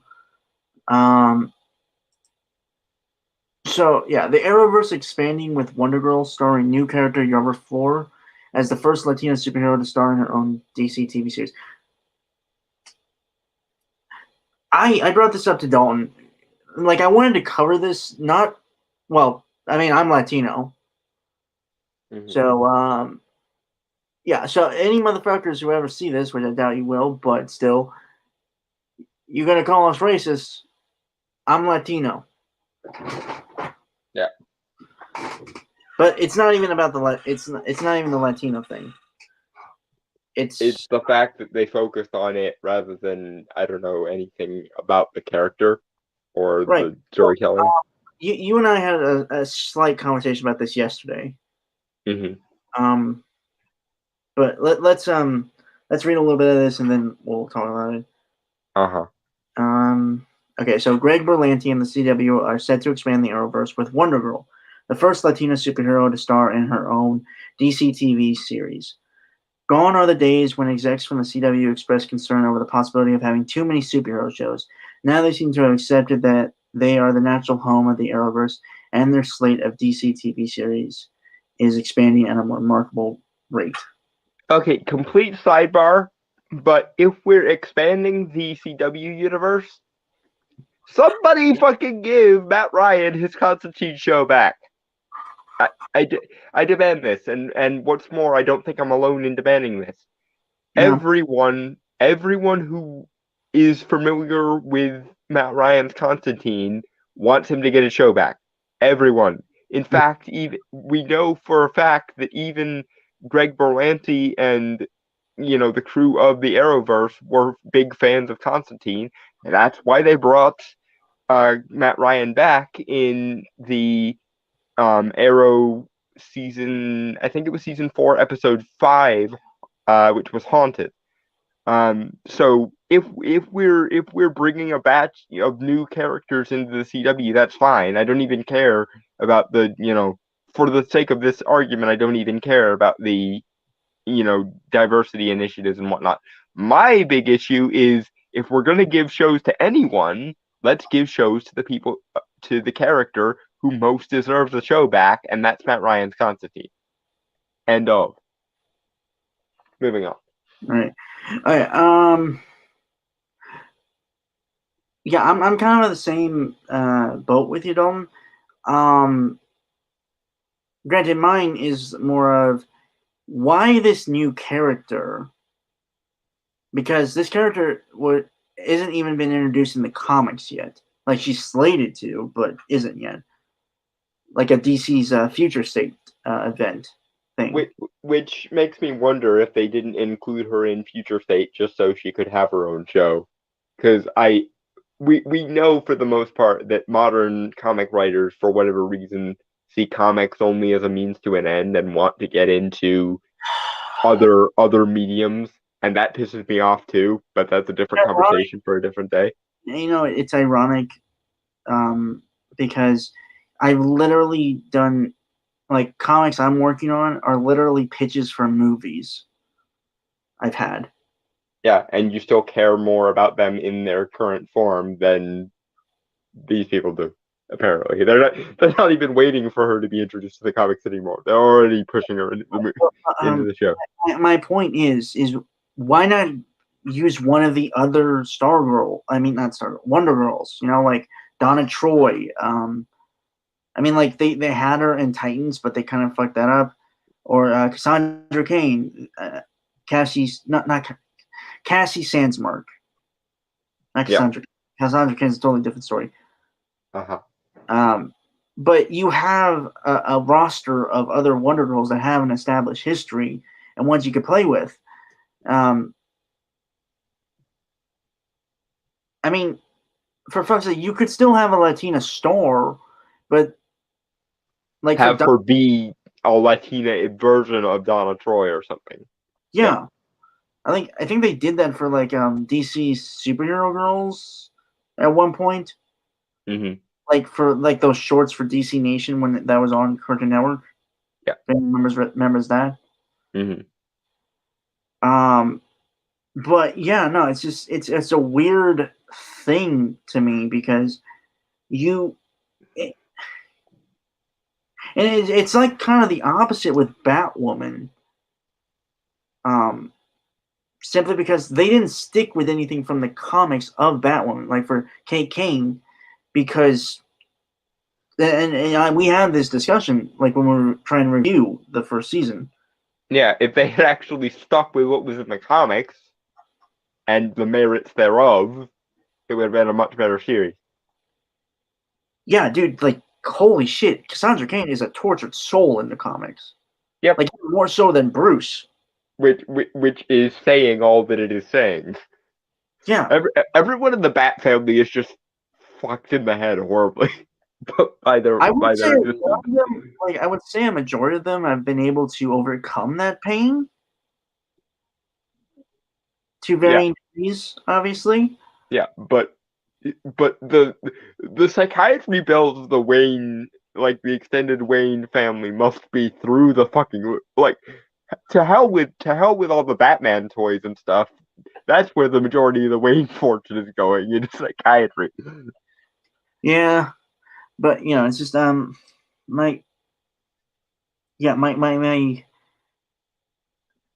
Well, let's continue. Just. And then I'm gonna try to address what I consider to be the elephant in the room that I just thought of. Yeah. All right, Arrow has come to a close, and Supergirl is finishing after its 6th season. Thank fucking God. Yeah, somebody needed to take that show outside like Old Yeller and shoot it in the back of the head. So Lenny from Mice and Men. Yeah, kind of. Yeah. But Legends of Tomorrow, Black Lightning, Batwoman, and The Flash will soon be joined by Superman and Lois and Stargirl. I'm kind of curious about Superman and Lois. I mean, it was kind of already done in Lois and Clark Adventures. Lois and Clark: The New Adventures of Superman, and also a little bit in Smallville. But honestly, I think it's a little weird that you did Supergirl before you did Superman. So at least he now gets a seat at the table. I watched a bit of Stargirl. That's amazing. I do hate that it was moved to CW because it's going to have a lower budget, and they're probably going to try. They're probably going to try and input some bullshit. Yeah, and I keep hearing really good things about Stargirl, and I'm grateful that I'm hearing good things about Stargirl, because Stargirl is actually back in the day, back in the old Smallville days, there was an episode where the Justice League met the Justice Society, and Stargirl was in it as the new iteration of the Star Spangled Kid, and apparently she was the only one in the room who knew what was up with Dr. Fate. So I've always had a soft spot for Stargirl on TV, just because Stargirl and I would get along swimmingly if it were the version from the Smallville universe. And I'm glad that Stargirl is getting a good turnaround in the actual show that she's got now. Yeah. Well, it's all about, even if I haven't checked it out yet. Yeah, it's all about a second generation of Justice Society. Mm-hmm. But it's really good. Like, it honestly looked like a movie. I hope that, honestly, knowing that now, I want to see Stargirl become the female face of the CW instead of Supergirl or Batwoman, because I don't care about gender. What I care about is merit, and Stargirl appears to be the one with the merit. Also, yay! So, have at it. Yeah, it would have been fine with Batwoman taking over like the lead reins for the Arrowverse. Again, like, honestly, if you used my version that I pitched on my channel. Yeah, which is basically the comic version tried to be conformed to a TV audience. Well, I mean, I had to take some liberties, obviously, but yeah. Yeah. And also, not to be greedy, but once again, everyone is waiting in the wings for Matt Ryan to get his Constantine show back. So, hurry the fuck up. Okay, so meanwhile, there have been recent references to other iconic DC superheroes in the Arrowverse, leading many to speculate classic characters could soon make their Arrowverse debut. Batwoman Season 1 confirmed Wonder Woman exists on Earth Prime, and fans have eagerly speculated whether or not Diana Prince would soon make an appearance. Huh. I mean, Ezra Miller appeared in The Crisis, so if they could get Gal Gadot on there, I think the entire world would just die, and everyone would be happy. I don't know.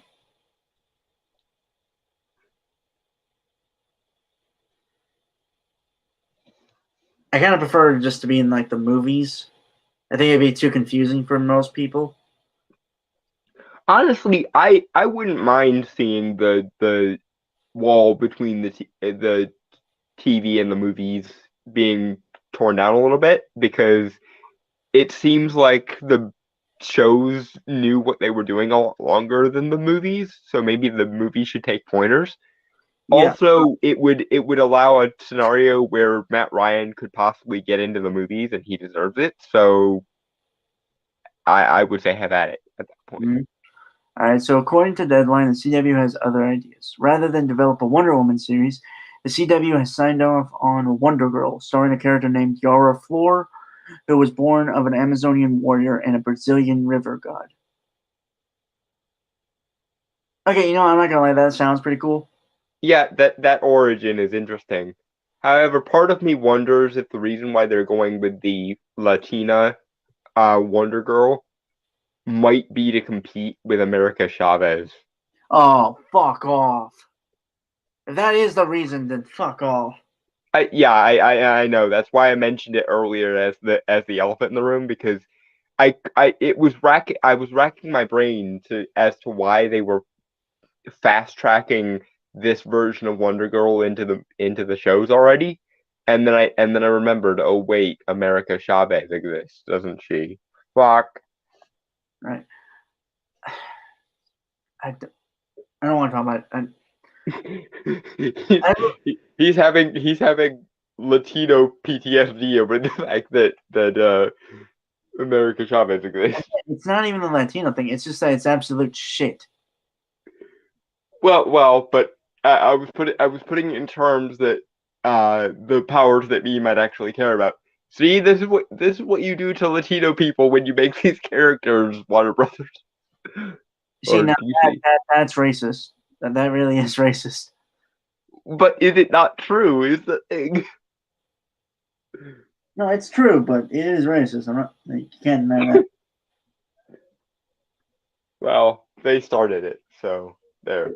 All right. Okay. So, again, like my major issue is this character doesn't have an established fan base in the comics community, so you don't have that already established fan base to have for this show. Yeah, right? you're putting the cart before the horse here. You're forcing her into the movies and TV so fast that you didn't even let her come out on the comic side first. Yeah, so I mean, okay, so the show is being developed by Queen of the South executive producer / co-showrunner Dylan Rodriguez. Hold on, I'm looking her up.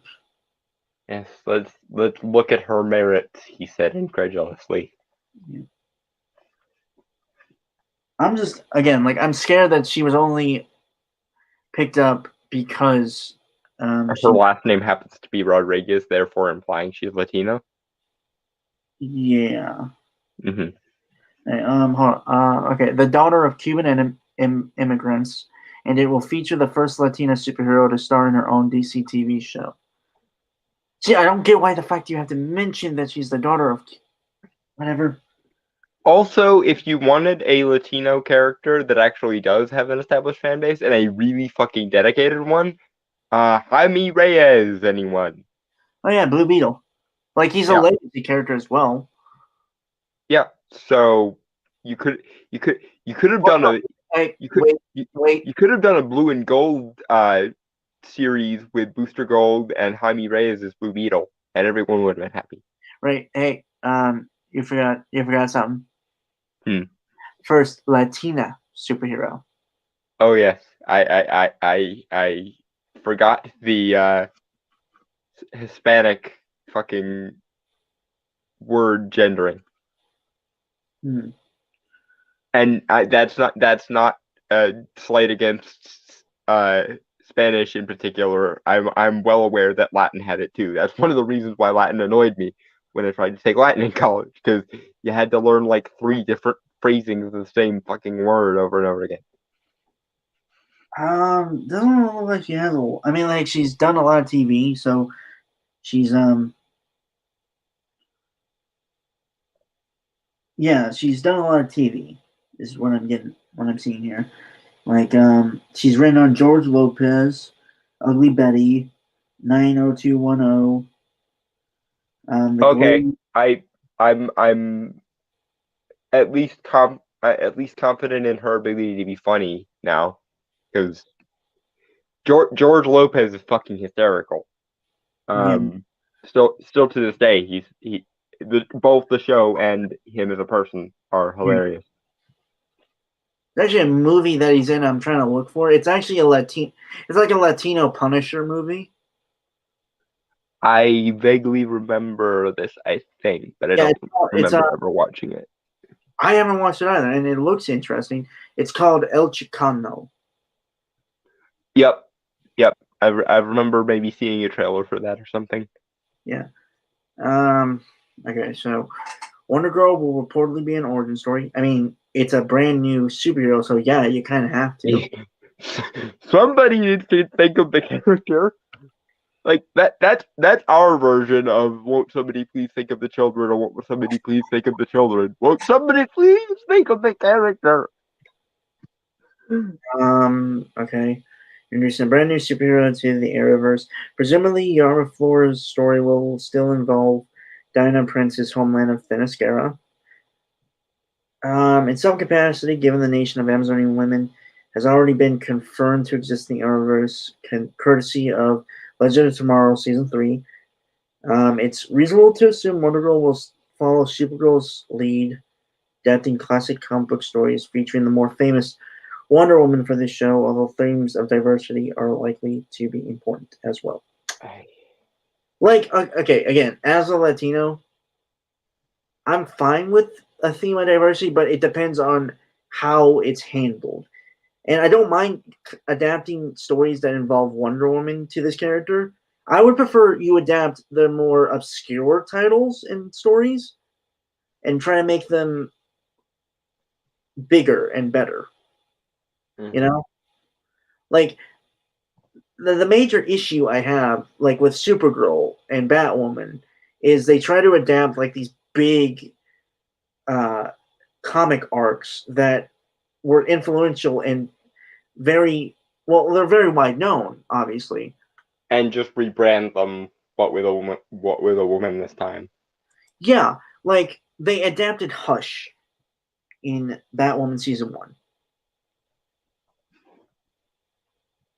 Like, no, they literally, towards the end of the season, they had actual Hush. You blew your wad on Hush in the first season. Well, at the end of the season, I believe he took up the face of Bruce Wayne. You are morons. Yeah. I mean, I shouldn't be surprised because you were very clearly morons when we were trying to slog our way through that show, but you are morons. God, that show killed me. But yeah, no. Wonder Woman has had a very interesting comic book lifespan. Like, honestly, I would prefer you guys kind of go with the route they did in, like, the 60s and 70s. Oh, she's powerless and she has to learn kung fu one? Yeah, where she's kind of like going across the world and fighting international crime. I think that wouldn't be a bad choice, to be honest. Yeah. And it would save a fuck ton on the budget. Yeah. It's just like, I would prefer that you guys don't try to butcher the the more well-known stuff and try to get into the more obscure stuff, because I mean, it's just interesting because, one, it's good for fans because, like, if they're real diehard fans of this stuff, they'll get it, and it might intrigue some of the regular normie. Well, I say normie, but yeah. The line fortunately appears to be blurring slowly but surely. But my only caveat to that is the version of Wonder Woman where she's disempowered and basically cut off from all her mythological trappings. It sucked. Don't get me wrong, it sucked. I'm aware of that. Yeah. But I think for this Wonder Girl, I'm not talking like depowering her or anything, but maybe borrow the idea. Yeah, borrow the idea and tweak it. I'm just saying I could see a situation where the actual fan base for the character hypothetically would get pissed off because it would be like repeating the worst mistake of the comics over again. However, if they could actually take that concept and manage to improve it, kind of like the MCU did by improving Civil War, the movie over the comic, then that would actually be impressive. Right. Okay, the Arrowverse is becoming increasingly experimental. And yet John doesn't have his show back because fuck you. Yeah, I don't think that's entirely true. Because, to be honest, every show's kind of the same at this point. I mean, like, in terms of genre and storytelling, sure. I will give them credit. They're going a lot weirder than the movies are willing to at the moment, and that's yay. Yeah. I mean, they managed to pull off Crisis on Infinite Earth with pretty much every live-action DC show and several animated ones in the last like 20 or 30 years. So I mean, they did it to varying effects. There's actually a version I made myself on my channel.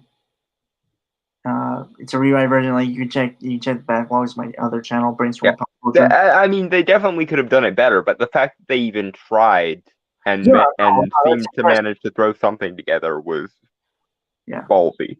Okay, so willing to take liberties with the comics and make some quite surprising gambles. Batwoman will place Ruby Rose, Kate Kane with Javicia Leslie's Ryan Wilder. The fact that she has a guy. Oh no, Ryan I think is a unisex name. Yeah, well, is it? Let's just say it's not helping. It's really not helping this. The implication of Batwoman that we're going to take the man's position and we're going to give it to a woman and it's automatically going to make it better, derp. I mean, I'm not gonna lie. I actually did this once when I was writing a story that I scrapped, where originally it was going to be a guy, but then I changed it to a woman. I kept the name, which was Garrett. Granted, the idea was that they're from another. That the Garrett was from like another dimension or world. Okay, so explained. Yeah. So, plus I wrote the character to be like I obviously wrote an interesting character. Tried to because this was back when I was like in my mid-teens. Mm-hmm. The idea was that if anyone's ever seen The Dark Tower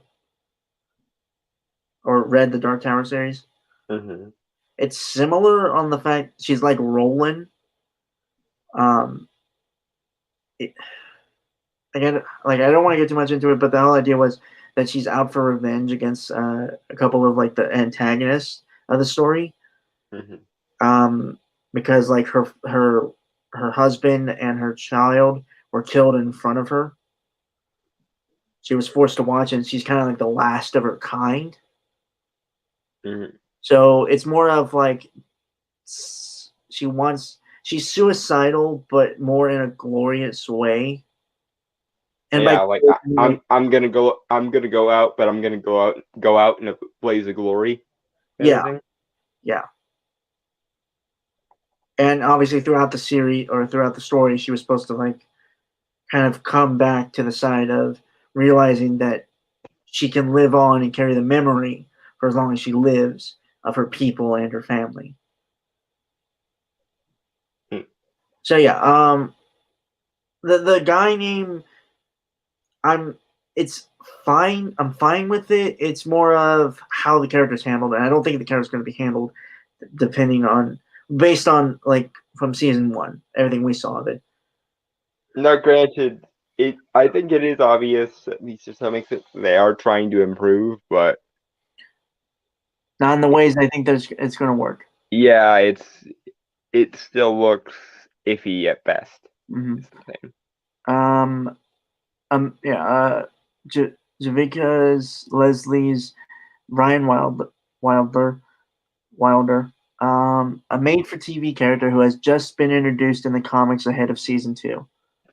Again, wait for the character to at least establish a fan base, please. The comics are important, goddammit. Stop treating them like an also-ran.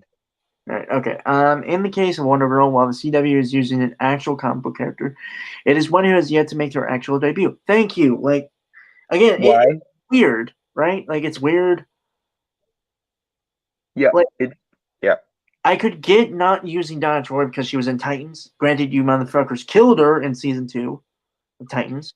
Yeah, well, Titans is just not well handled under most cases. I'm working on a rewrite of season 2. I've been working on that for like almost a year and a half now.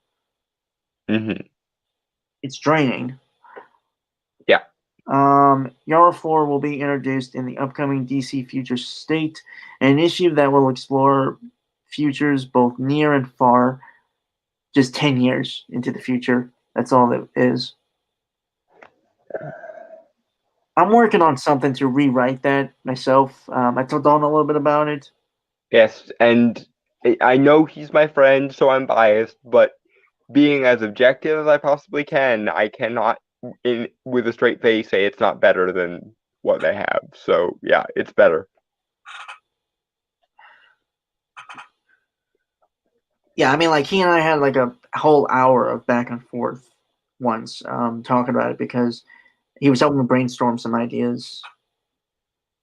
Mm-hmm. So, yeah, all right. Every storm needs a lightning rod sometimes, and I guess that's what I am most of the time when we have those conversations. And we'll introduce brand new iterations of classic characters. All are shit, from what I've seen. Like, to be honest, I've seen like the official designs for those characters, and they look like that big poster that showed them all. Like the one for like the new Flash character, like the official release one, looks shit. Like it's too simplistic. The one I saw before, like on the promo art, looked cooler because it looked like it wasn't. I don't think it was Speed Force, but more cybernetics. Like he had like those kind of weird legs. You remember Gazelle from Kingsman? Yeah. Yeah, and I thought that was an interesting concept. Like, what if someone took up the moniker the Flash, but doesn't have the Speed Force and uses technology, like replaces limbs to Augment themselves? Yeah, augment themselves, but also to impersonate speedster powers. So basically, like, if what the fuck is the character's name? The chameleon from Marvel, and how he can replicate people's powers. Yeah. Basically using kind of Mysterio's tech. Mm-hmm.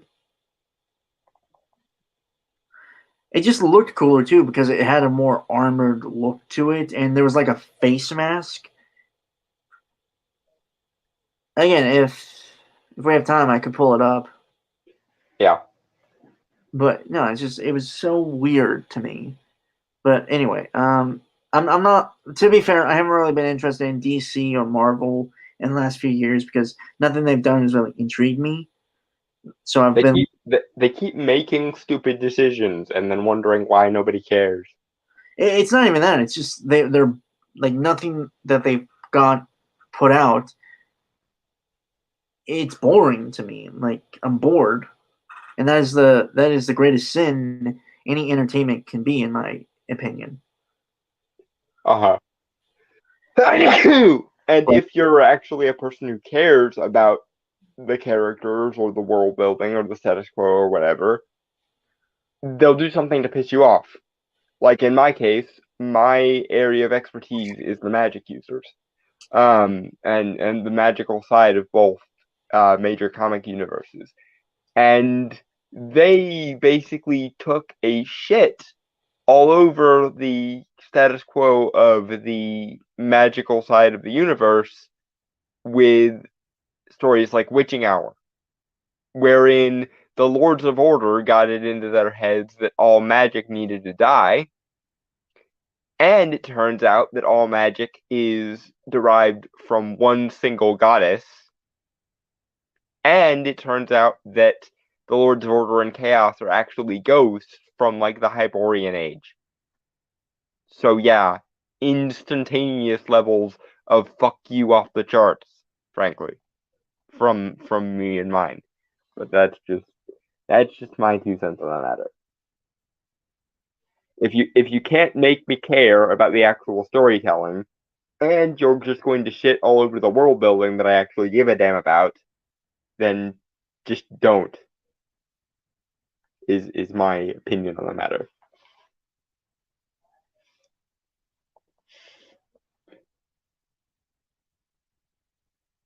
Moving forward.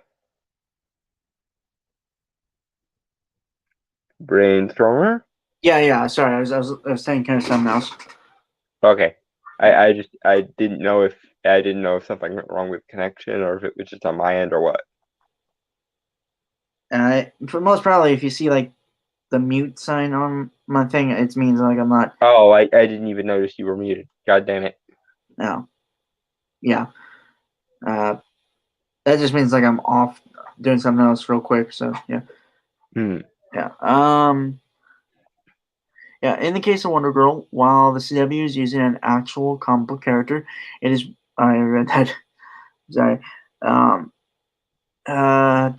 Yara 4 will be featured as the Wonder Woman of tomorrow in Future State Immortal Wonder Woman by Becky Cloonan, Michael W. Conrad, and Jen Bartel, as well as Future State Superman / Wonder Woman by Dan Waters and Lisa De Duca, or not Lisa, Layla De Duca, and Future State Wonder Woman by Joelle Jones. Here's the problem with doing a character like Wonder Woman in a crossover like this. Wonder Woman is already freaking immortal, you idiots! Like, she does not age. It has not aged for a century. There is no world in which this makes sense. Wonder Woman is already immortal. You don't need to make a new version. The one you have will work for the foreseeable future and then some.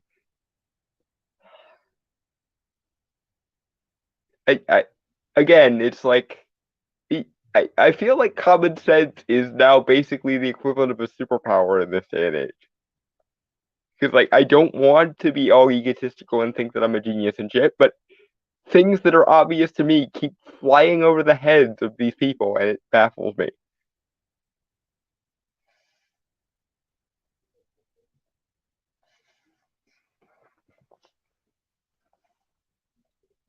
And Brainstormer is AFK, so I don't know how to fill the void other than just to rant some more about that. But yeah, Wonder Woman is immortal. There's no reason why she should be replaced by a younger incarnation. She doesn't age, dumbasses. It makes sense with Bruce Wayne because he's human. Makes a little bit more sense with Clark Kent, even though I'm pretty sure they established in the old canon, such as it is, that the longer Superman is exposed to the yellow sun of the Earth, the more powerful he gets. So actually, he gets slightly younger or slightly more powerful as time goes. Yeah, no, I was actually here. I just muted because I was getting some videos up and running. Okay, that's fine. Right. So yeah, no, I agree. Like the whole Yara, well, you could have her be the new Wonder Woman if Diana or like the other Wonder Girls were killed or dead. Like that would make sense. Or hell, finally give Diana a love interest and have her have a kid. That works, I guess.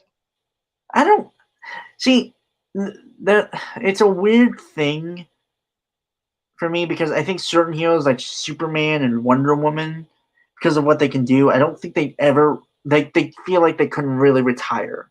I think there's something in them that they can't really stop helping people. Well, not only that, but since they're functionally immortal anyway, why would they? Yeah, I mean, like, I could get it if they just wanted to stop because, the world's changing to a point where it's like the Kingdom Come thing, which I haven't read. I've heard things about. Mm-hmm. But, like, if there's another generation and they're willing to... It's a similar idea I had originally for, like, Avengers Endgame when I was rewriting it.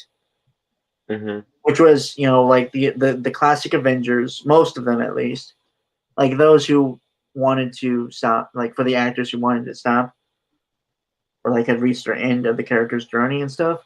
Mm-hmm. Like, for Tony Stark. But granted, that's Marvel, and those characters, like, I think realistically could retire by the logic of the universe. Because as per usual with Marvel and DC, DC is gods trying to be men. Marvel is men trying to be gods. Again, that feels like something we should have a debate about at some point. Mhm. But my point being is, and again, you and I had a discussion about what Wonder Woman, in my rewrite of Future State, Mhm. is she's, I assume, yeah, I'm not assuming that Wonder Woman in the actual Future State is dead. I don't think. Yeah. But you, like I said, you and I had a discussion about how I would handle Wonder Woman in a Future State kind of deal. Mhm. And from what I told you about her, it makes sense, right? Because I think Yeah. I have it, instead of being 10 years, it's over 70. Yeah. Yeah. So it's just I don't want to get too much into it, because I'm still working on the script for that video. Mhm. But it's just my major issue with Future State, and also with the show, is you are introducing these new characters, but I think it's like with all new Marvel and stuff. Mhm. Is you're introducing these characters, and you immediately think they're going to have these huge, expansive fan bases. But here's the thing: even with the classic characters, it took a while. Yep. It wasn't instantaneous. It was because it's the reason why they have such fan bases is because they're interesting characters that have these interesting things and stories happen around them. Yeah, and the time and attention was put into them. Yeah. So that's why I'm not as big on this Wonder Girl story, because I don't know anything about her, and I don't think it's going to even really go past season 1. In a world that makes sense, it probably wouldn't, but I suspect this is going to become kind of nepotism in the same way that Batwoman kind of is. That they're never going to get rid of her just because it's for the greater good, don't you know? Yeah. Again, I would be totally fine if one and I'm not trying to toot my own horn or boost my own ego. Mhm. But if they were to use the ideas I presented with Batwoman in my rewrite of season 1, Yeah, it'd be good. yeah. And again, I'm not trying to say, I even have a disclaimer in the video itself. Yeah, you didn't even really do much. You just took what was in the comics and tried to make it into a show. Yeah. And also restrictions that you would have on a CW show. Yeah. Which is why, and I think I think honestly, most of the time, you think that would be a detriment, but Mhm. I think if you're really capable, because they did it with Arrow. Yeah, if you're smart and you're dedicated and you're passionate and you know what you're doing and what your IP is worth, you can play within restrictions. 90% of the comic book Silver Age was basically comic book writers and artists having to play within the confines of the Comics Code Authority and the aftermath of Frederick Wertham's fucking bitch fest. Mm-hmm. Okay, so right, since we were talking about the CW, and I think it's an interesting thing because we haven't really talked about it much, which is Batwoman of CW. Uh-huh. I feel like, because there was a teaser that was posted not too long ago. It's not like she belongs. It's legitimately just 10 seconds. Yeah. But before that, I wanted to show the picture that they had released of the new Batwoman. Mm-hmm. Can you see that? No, because my screen is frozen. Oh. Well, yeah, it's a new actress and the character in a new Batwoman suit. And all in all, it looks a lot better. Yeah, I have seen it before, so yeah, it's better than the first one. Yeah, it's weird because I'd say, well, it's not. I wouldn't say it's like entirely comic book accurate, obviously, like the first one. Yeah, but it's at least trying, I think. Yeah, this one looks a lot better because I don't know why, it just has a more style to it. Yep. Maybe in 3 or 4 of these reboots more, they'll actually make a show worth watching. Yeah. You know what's weird? Like, I don't mind the actress either. I do think logically the hair should have still been a wig, Mm-hmm. and like she should wear some face paint or something. Yep. You know, because of identity. It's just like I don't think anyone like not enough people have that kind of hair that it wouldn't be easily recognized. Yeah. Out of costume. Mm-hmm. But it looks good, and the thing is, I wouldn't mind if she's a good actress, and like because I might watch the first episode of season 2 or however many episodes to watch this character. Mm. Like if she I would say that if she's, I'm not trying to discourage Ruby Rose either. No, I think she did the best with what she was given. It's just what she was given was yeah. Oh no, it was absolute shit. And I think like you just and here's the interesting thing. I don't mind if Kate Kane was, a different color or not. It's the same thing I had with like Gordon, played by Jeffrey Wright in The Batman. Mm-hmm. I don't exactly care about what the character looks like in terms of like their ethnicity or something. It's more of, can the actor bring it to the table? Mm-hmm. And also like the core of the character is intact. Yeah.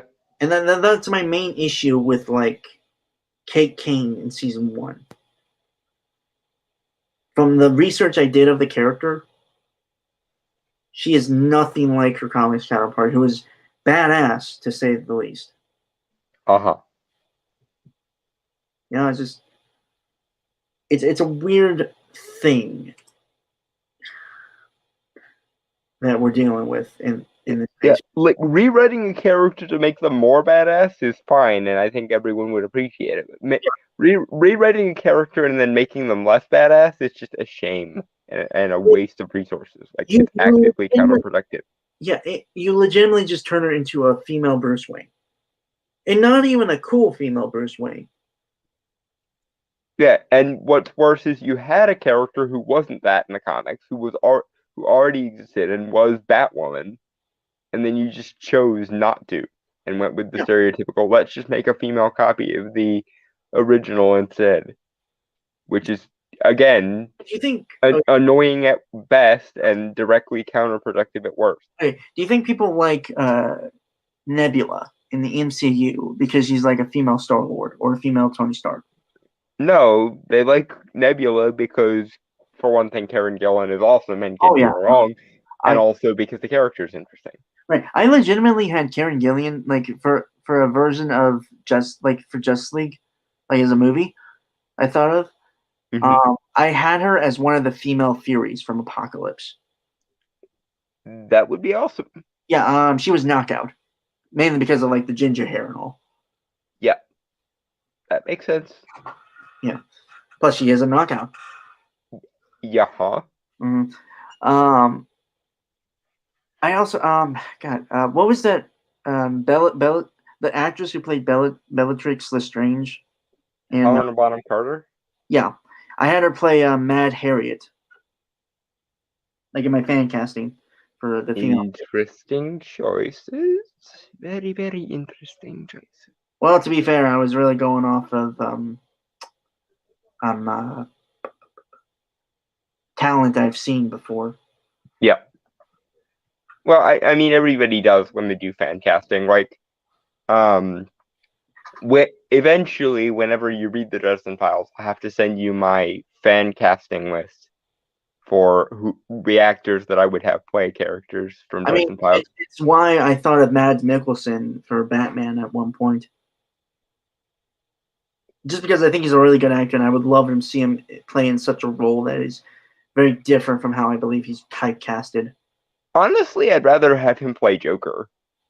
Yeah, see, I don't like again. Like I think I'm always about like having actors be put into roles that kind of go against the typecasting. But see, usually when an actor is typecast, it's because they have a set of skills, Right. and they often like playing that character. Like there's a reason why like almost every Anthony Hopkins character is a wise, gentlemanly type, because that's what he's good at playing. There's a reason why every character that John DeLance has ever played since the 90s has been some version or another of Q, because he likes playing the omnipotent trickster character and so on. Right. I don't know. It's something different with me. Like it's my issue is when they become too typecasted is the thing where you expect them to play that character all the time, play that kind of character all the time. I mean, I can get that, but a lot of times they play that kind of character because that is an extension of their actual in real life personality. Right. I don't know. It's just like I think Mads Mikkelsen would be pretty cool as a Bruce Wayne Batman kind of type. I think he has the kind of jawline for it. I think Alfred makes more sense for him. If you wanted to play him against type a little bit, then yeah, having him play Alfred would be cool. Remember when I pitched Kurt Russell as Superman? Yeah, vaguely. No, wait, that was Jeff Bridges. I wanted Jeff Bridges as Superman. Oh, that's right. That's why it didn't sound right. Yeah. Right, yeah. Kurt Russell, I think, would work because he did kind of play as Superman in Sky High. Oh, that's right. He was the commander in Sky High. Yeah. God damn, that was a good movie. It's a shame it didn't have a sequel. But yeah. Okay, we're gonna watch two things before we get to the last thing, which will be like the positive thing. I mean, the second to last thing might be positive. I'm not entirely sure. Mm-hmm. But, the Batwoman thing, because I think it's interesting to talk about, because it's the teaser, and like in my opinion, because I've already seen it, I don't think it's entirely bad, to be honest. Mm-hmm. I mean, it's relatively short, so. All right. Can you see it or not? Hang on. Let me jump out and jump back in, because that'll unfreeze the screen. Okay. 1 second, folks.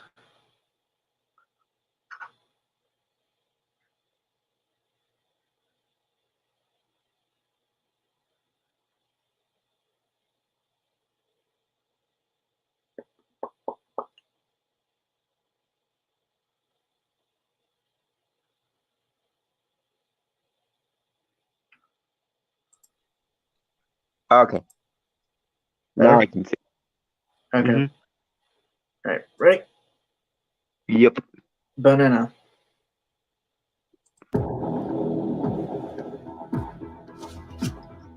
Time to be powerful.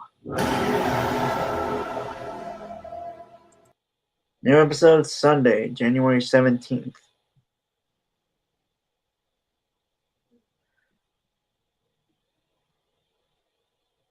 Weird thing is, it looks good, like filmmaking wise. It doesn't look bad. Yeah, it looks like an improvement at least. Yeah.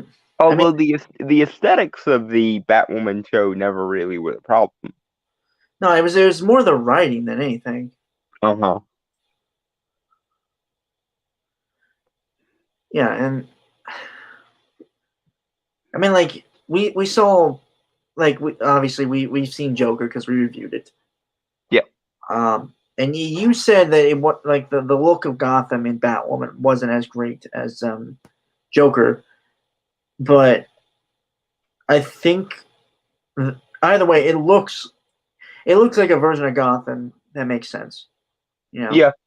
It honestly, the version from Batwoman always gave me vibes of like the animated series, which given that Kate Kane can recognize Kevin Conroy as Bruce in the Crisis on Infinite Earths crossover does kind of make sense. Right. Okay, so we are going to watch something that is going to be coming on Netflix that is made by Robert Rodriguez, which I believe is a continuation of a certain movie he made early in this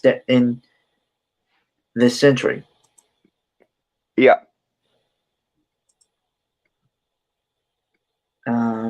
Okay, so it is Netflix's We Can Be Heroes. Mm-hmm. Okay. Banana? Banana. Aliens are invading. We need to stop them. We've never dealt with anything like this before.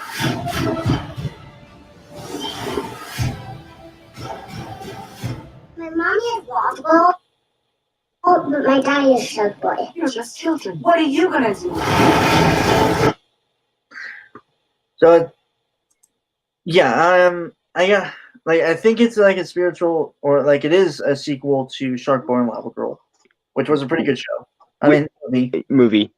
And the sheer balls it took get you kudos from me there, because wow, of all the things I didn't know I wanted to come back, color me on board with this. I am entirely on board with this now. I would say like I get kind of Spy Kids 3 in terms of the graphics and look, but I think that's kind of intentional. It's also very Robert Rodriguez. Yeah. Unfortunately, that's one of the reasons why I liked when he teamed up with I forgot his name. James Cameron. Thank you, James Cameron, for Alita Battle Angel, because Robert Rodriguez can build a weird, trippy environment better than almost anybody, but he does it with really cheap graphics, so he needs somebody who can handle the visual style and the gravitas of a higher budget to balance things out. Yeah, I just think it's really cool. Like, it's interesting. I would love to see how this ties in with the original one, because it kind of obviously it was very self-contained. Mm-hmm. I do think well, let me see if I can find the guy.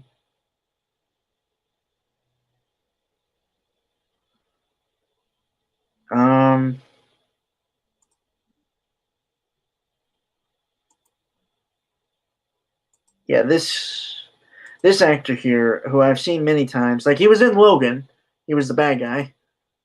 Mm-hmm. I can't remember his name, like the actor's name, and I feel bad that I don't. But I think he's supposed to be the grown-up version of the kid from Shark Boy and Lava Girl. You know, the Max. Thank you. Like the hair, just made me think of it. That would be interesting. Yes. Yeah. Because like he was, if I remember correctly, like the kid had powers, which was like the Daydreamer. Yes. Like he could dream with his eyes open. Yes, he could basically warp reality as he saw fit, because he could dream anything into existence. That movie was so good. Like, yeah, like for as small and weird a movie as it was, it honestly was really freaking amazing. Yeah, it was cheesy, obviously, but in the kind of way you expect a kid's superhero fantasy to be. Yeah.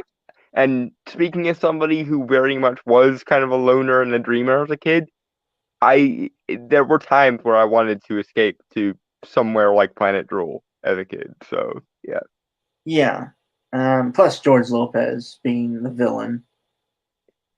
Yeah.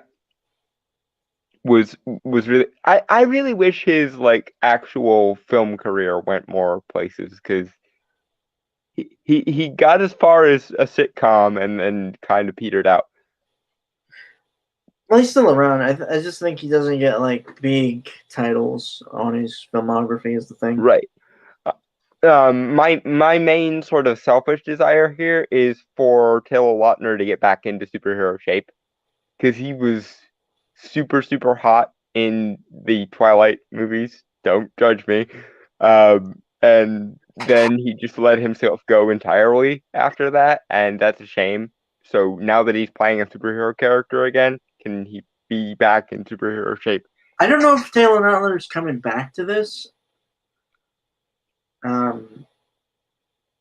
guess it depends on how successful it is and how long it goes for.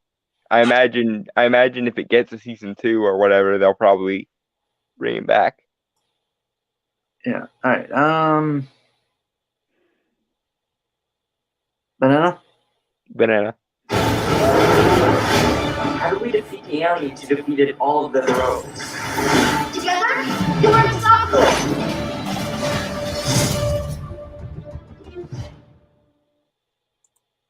Oh, that's it. Huh. That was very short. Yeah. I mean, but you sold me.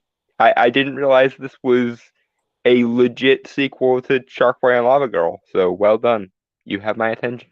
Do not waste it.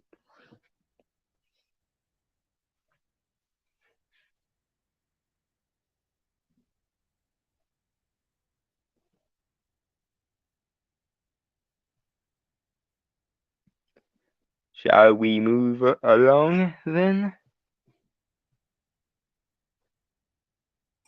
yes, one moment as I get things ready. Okay. Nope, not that. Fuck off.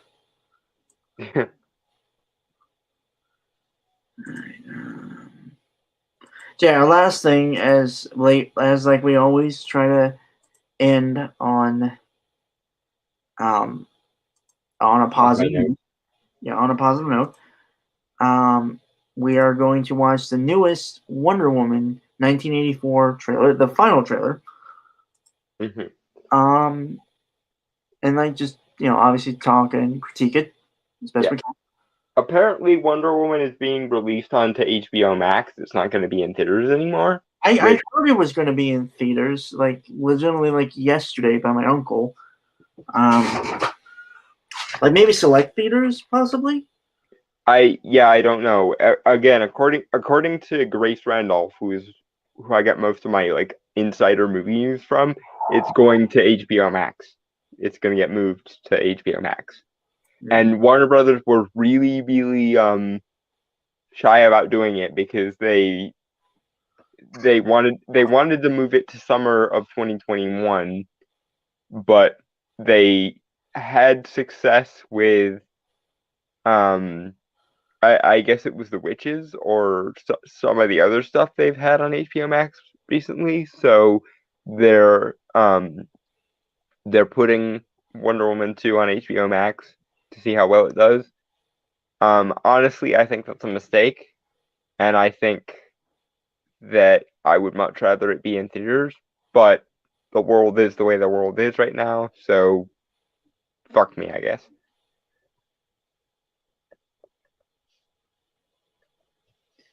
I'm good, by the way. Oh no, you said fuck you. I'm good. Okay. No, you said like no offense. You get points for that one. Well done. Okay, so but if you change your mind, no, I'm kidding. All right. But yeah. Banana. Banana.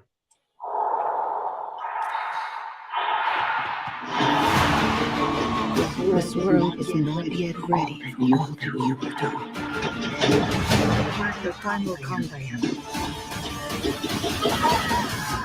Everything will be different.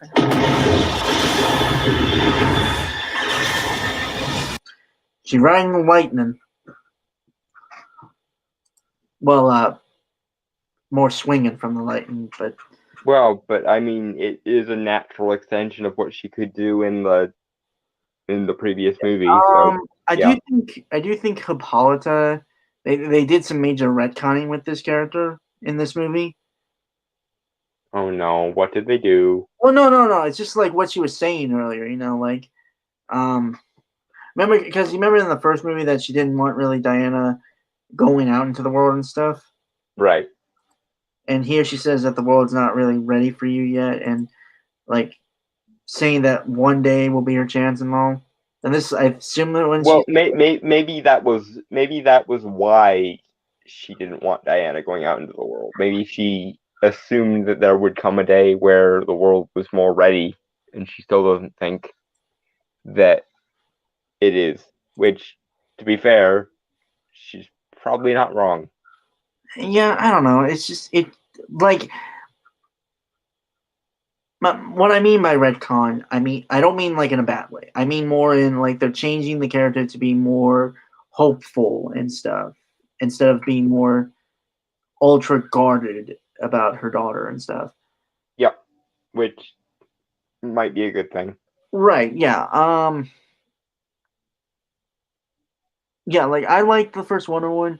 I mean, Dawn and I'm pretty sure a lot of people come to a consensus that it's mainly the third act that is kind of the problem. And yeah, which, unsurprisingly, that's where Zack Snyder meddled the most, because he was still in charge of things back then.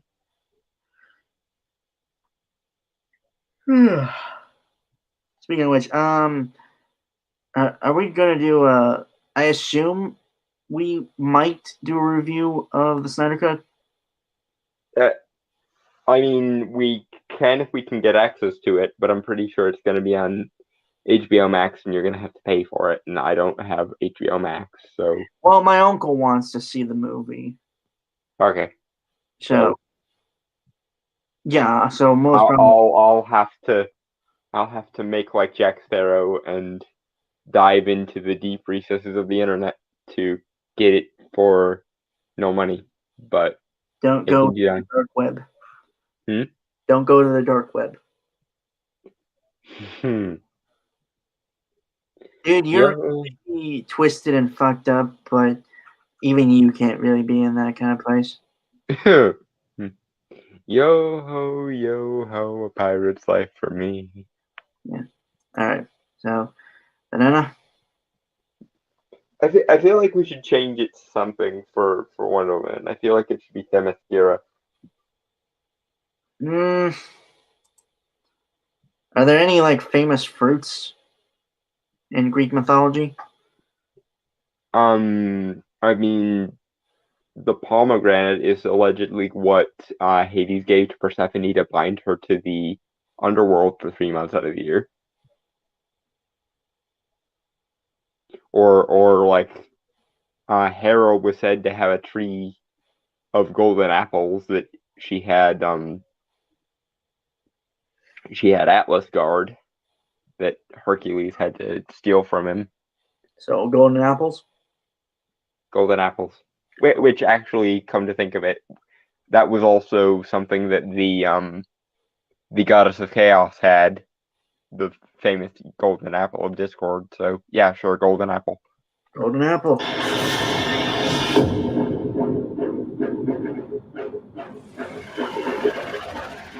Citizens of the world, I'm here to change your life.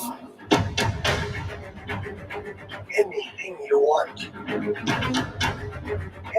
you dream of, you can have it. Yeah, so Pedro Pascal as Max Lord. I will admit I don't really like Pedro Pascal as a person as of late. What'd you do? Well, he's kind of being a douche nozzle, getting political and stuff. That'll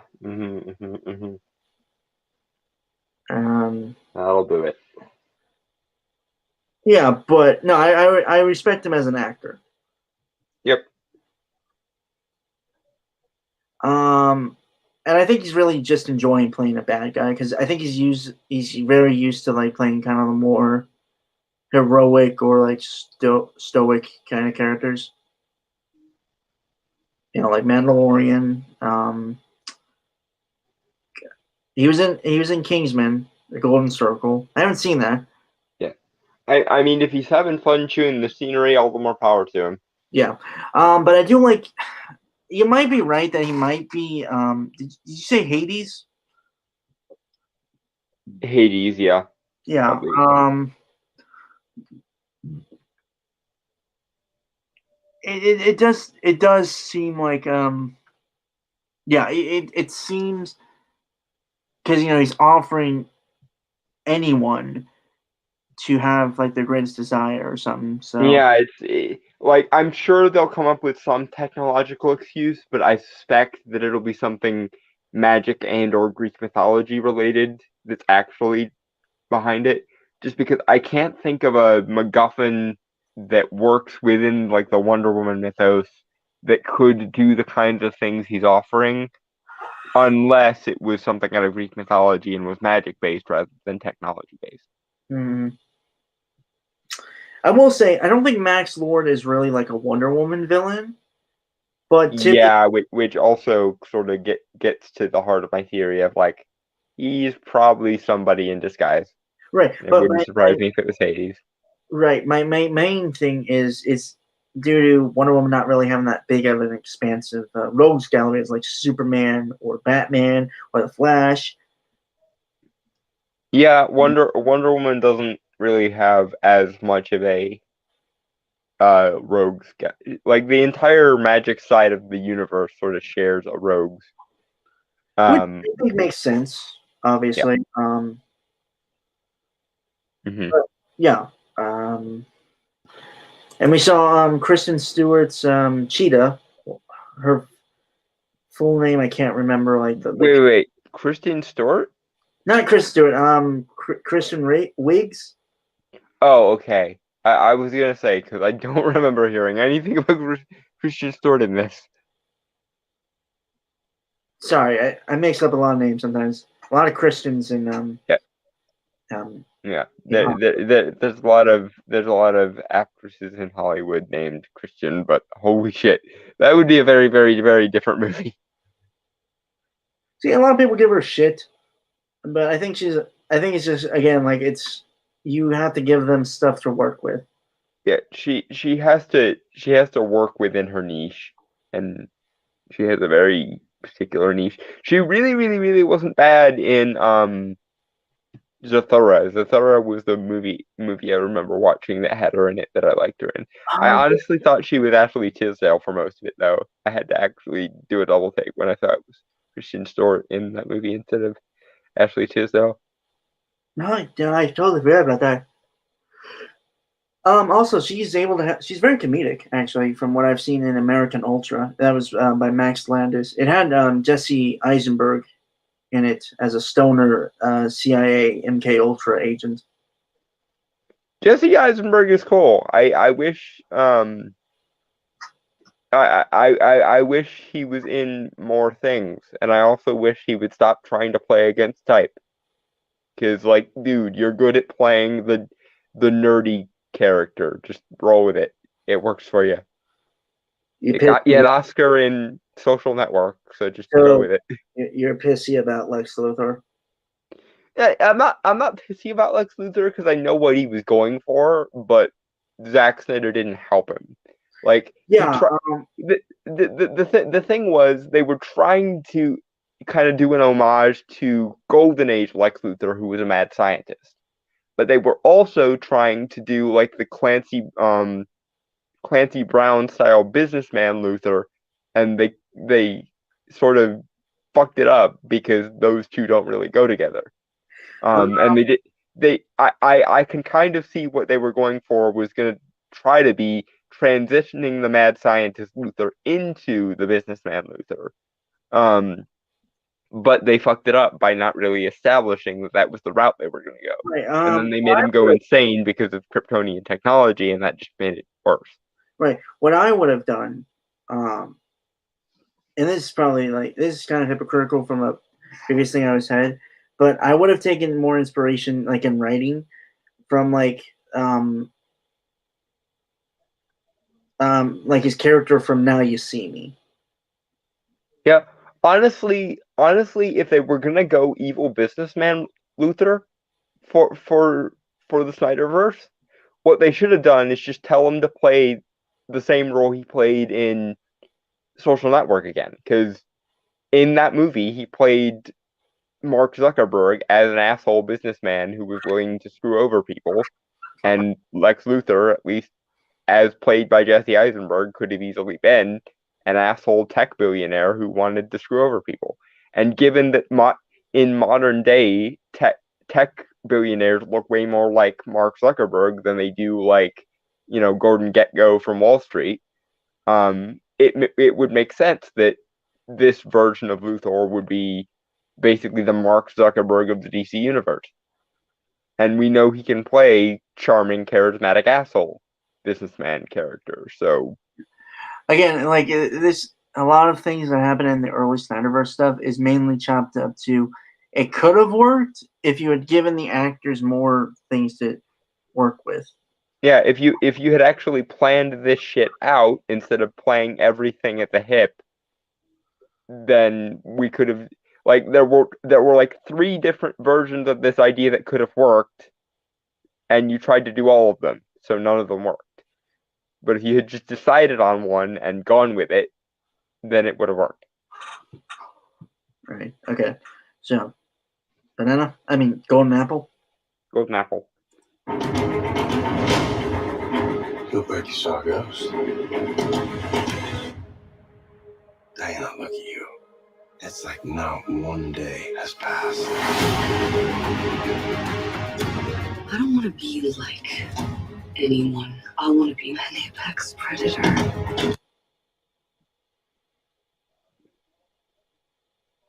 Yeah, again, I got nothing really to say, man. Like, it looks good.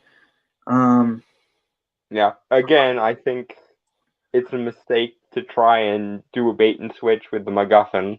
I feel like if it were I don't even see a MacGuffin in this so far. Like, well, but they're trying to keep it hidden, is what I mean, and I don't think that's the right way to go about it. Because, dude, I don't think there is a MacGuffin, is what I'm saying.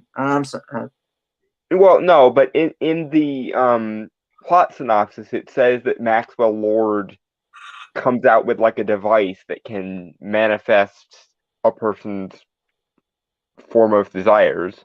Okay, so that is there, and everything in this trailer is about, what do you most desire, yada yada yada. So clearly, there's some kind of MacGuffin, whether it's actually technology, which would be stupid, or whether it's I think it is a bait and switch, though.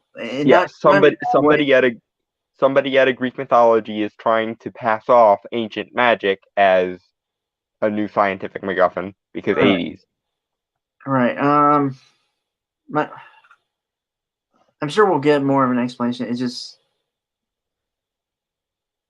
what would be the point, though, is the thing. Yeah, nobody who's paying enough attention to this movie to give a shit is convinced.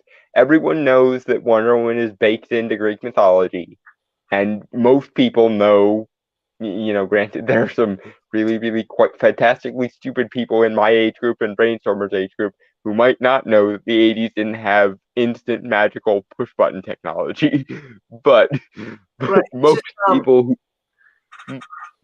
know 80s technology couldn't manifest your desires. So right. I'm just I don't know, like, my main thing is I'm not really sure where this story would go, is the thing. Like, I'm not really seeing how it ends. Like, I get it, like the general thing is, Wonder Woman comes out on top after learning like a character arcing lesson or something like that. Yeah, like she inadvertently brings back Steve Trevor by use of the dream manifesting MacGuffin, and then she has to give him up because undoing the bad guy's plan also involves undoing all the wish granting, and then she says goodbye to him again, and that's character development shit. Right. My money would probably be on like the Loom of Fate, maybe, because that's the only like magical MacGuffin of Greek mythology that I can think of that would be capable of something like this. Okay, so question. Do you think we'd see the Fates in this then? I mean, I could see it, but I don't know.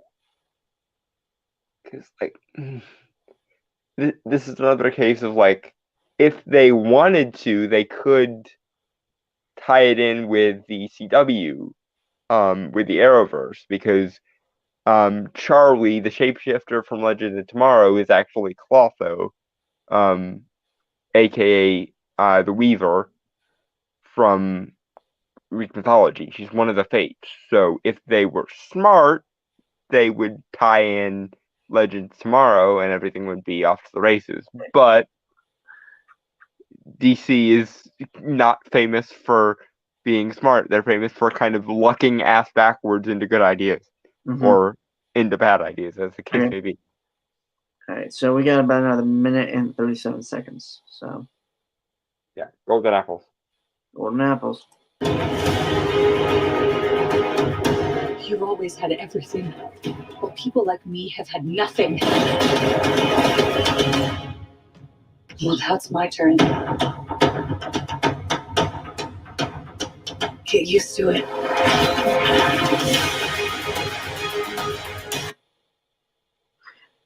So a lot of this takes place in Washington, D.C., which I think is really cool. And it makes sense because it has a lot of Greek architecture.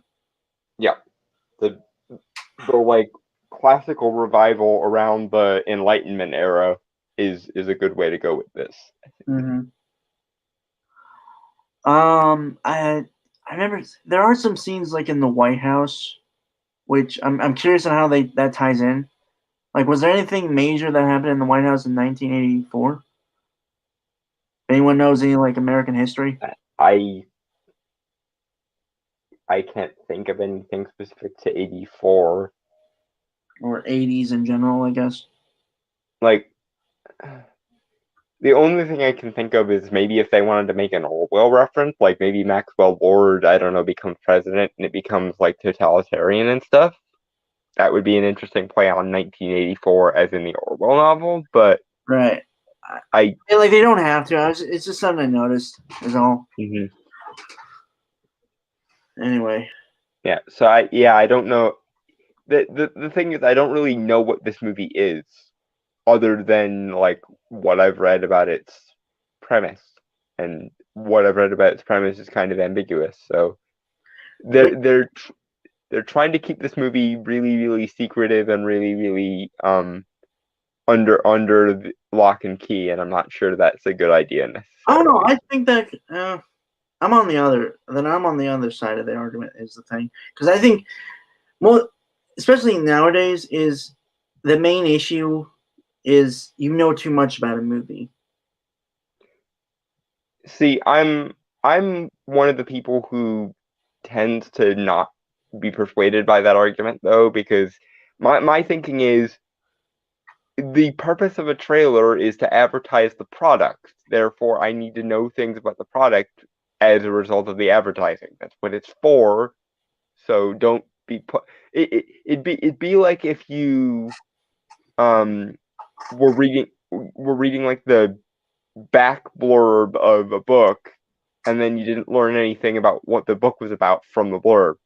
That would piss me off, because the purpose of advertising is to let me know what product I am consuming or about to consume. See, again, like the thing is, I think advertising is to get you interested to find out what the product is. I mean, it depends on the product itself. I think with a movie, it's more on trying to sell you to watch it than anything. Well, but doing that without providing information, I think, is kind of negligent, in my opinion. Like, you don't sell me on a product by not telling me anything about the product. Let me know what I'm purchasing, and then based upon what I think of what you're selling, then I might buy or not. Well, okay, so it did the thing that I do when I try to like re-edit trailers, which is get most of the exposition out of in like the first 20 seconds to a minute. Which I think it did that. And then it's just like action. It was, again, it's like what I do. Yeah. I mean, it's not a bad trailer, but the fact that all 3 trailers have tried to keep this MacGuffin, whatever it is, secret, kind of pisses me off. So just Hey, Don. You're not being clever with the MacGuffin by hiding it. You're just creating a false mystery where there really isn't one. Hey, Don. I say this as your friend. You're being kind of a picky bitch. Yes, I know, but somebody has to be. No. No one has to be. Have you seen the world lately? I think maybe a few more picky bitches in the world would not be a bad thing. Depends on the picky bitch. Well, in this case, the picky bitch is me, so there. No, I mean, like, depends on the type of picky bitch. Like, you have valid criticisms to be picky. I'm talking about the picky bitches that are just being picky bitches to be picky bitches. Yes. I agree. There needs to be a lot less of those. There needs to be, however, there needs to consequently be a lot more picky bitches who are picky about actual substantive things. Because then maybe we might start to sort out the Gordian knot of problems that we have in the world. Maybe. Probably not. But at least we could try. As opposed to now, where we're just all running around like chickens with our heads cut off. That's insulting to chickens with their heads cut off. You are not wrong. They say have an end goal, which is to stop and die. Which, in a lot of cases, is more constructive than most of the goals of people in this day and age. Fucking hell. Alright. Golden apples? Golden apples.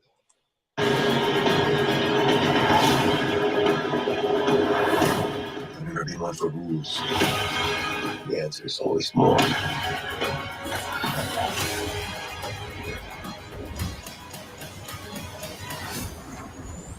The way I fly, they will never find us. I forgot to tell you.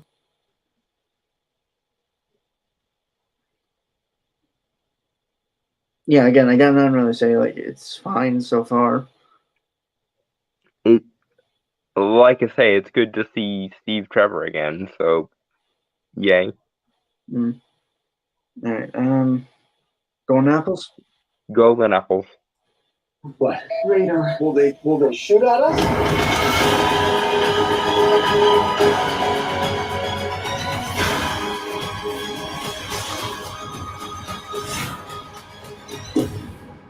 Barbara, what did you do?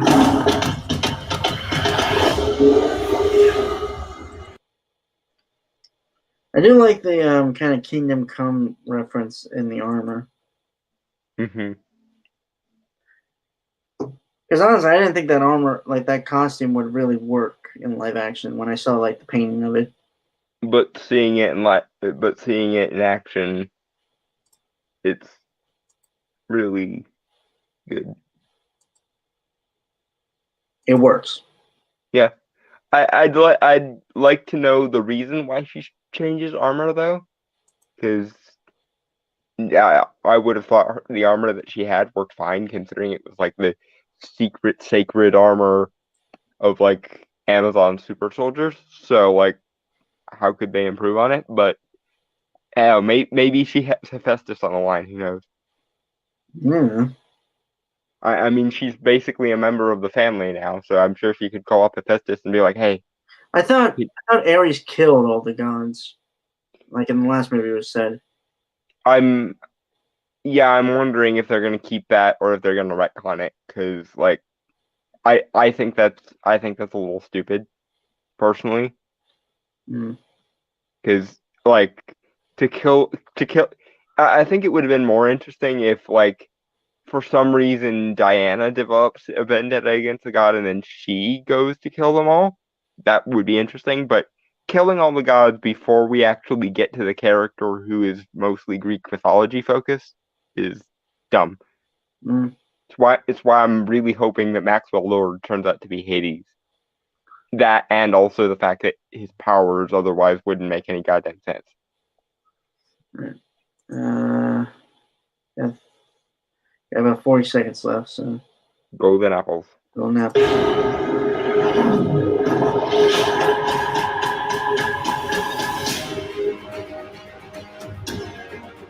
I'm not so keen on this one. I figure you are, but you know what? I'm ready to go. I think we can do better. Parachute pants? Yeah. Does everybody parachute now? That would be a cool. Oh yeah. It's in theaters and on HBO Max, December 25th, 1984. Oh. I see what you. I was gonna say, are you talking about the alternate timeline?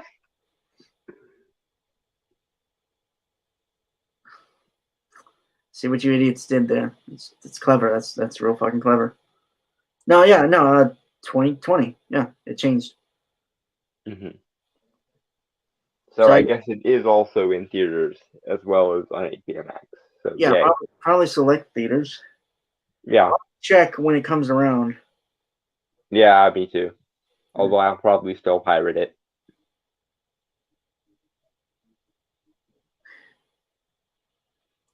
Okay. But yeah, like I gotta really say, like it's fine. Like I'm intrigued and interested to see the movie. Mm-hmm. I don't think there was really any doubt that we weren't going to see the movie. Yeah. My main issue with this trailer is it's supposed to be the final trailer and it didn't really add anything that we didn't already know. Yeah. So yeah. Okay. Comic recommendations. Since I can't recommend any Wonder Woman comics because I haven't read any. And I can't really recommend any either, other than basically anything from the Golden Age. As a general rule, is pretty damn good. Yeah. Feel bad that I can't, but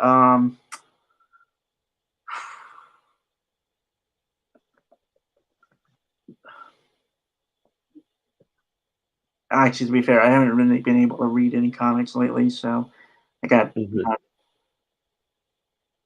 And I'm adding a bunch of comics to my Christmas list, so I probably won't have any new comic recommendations for a while. Mm-hmm. This is awkward. Uh-huh. Yeah.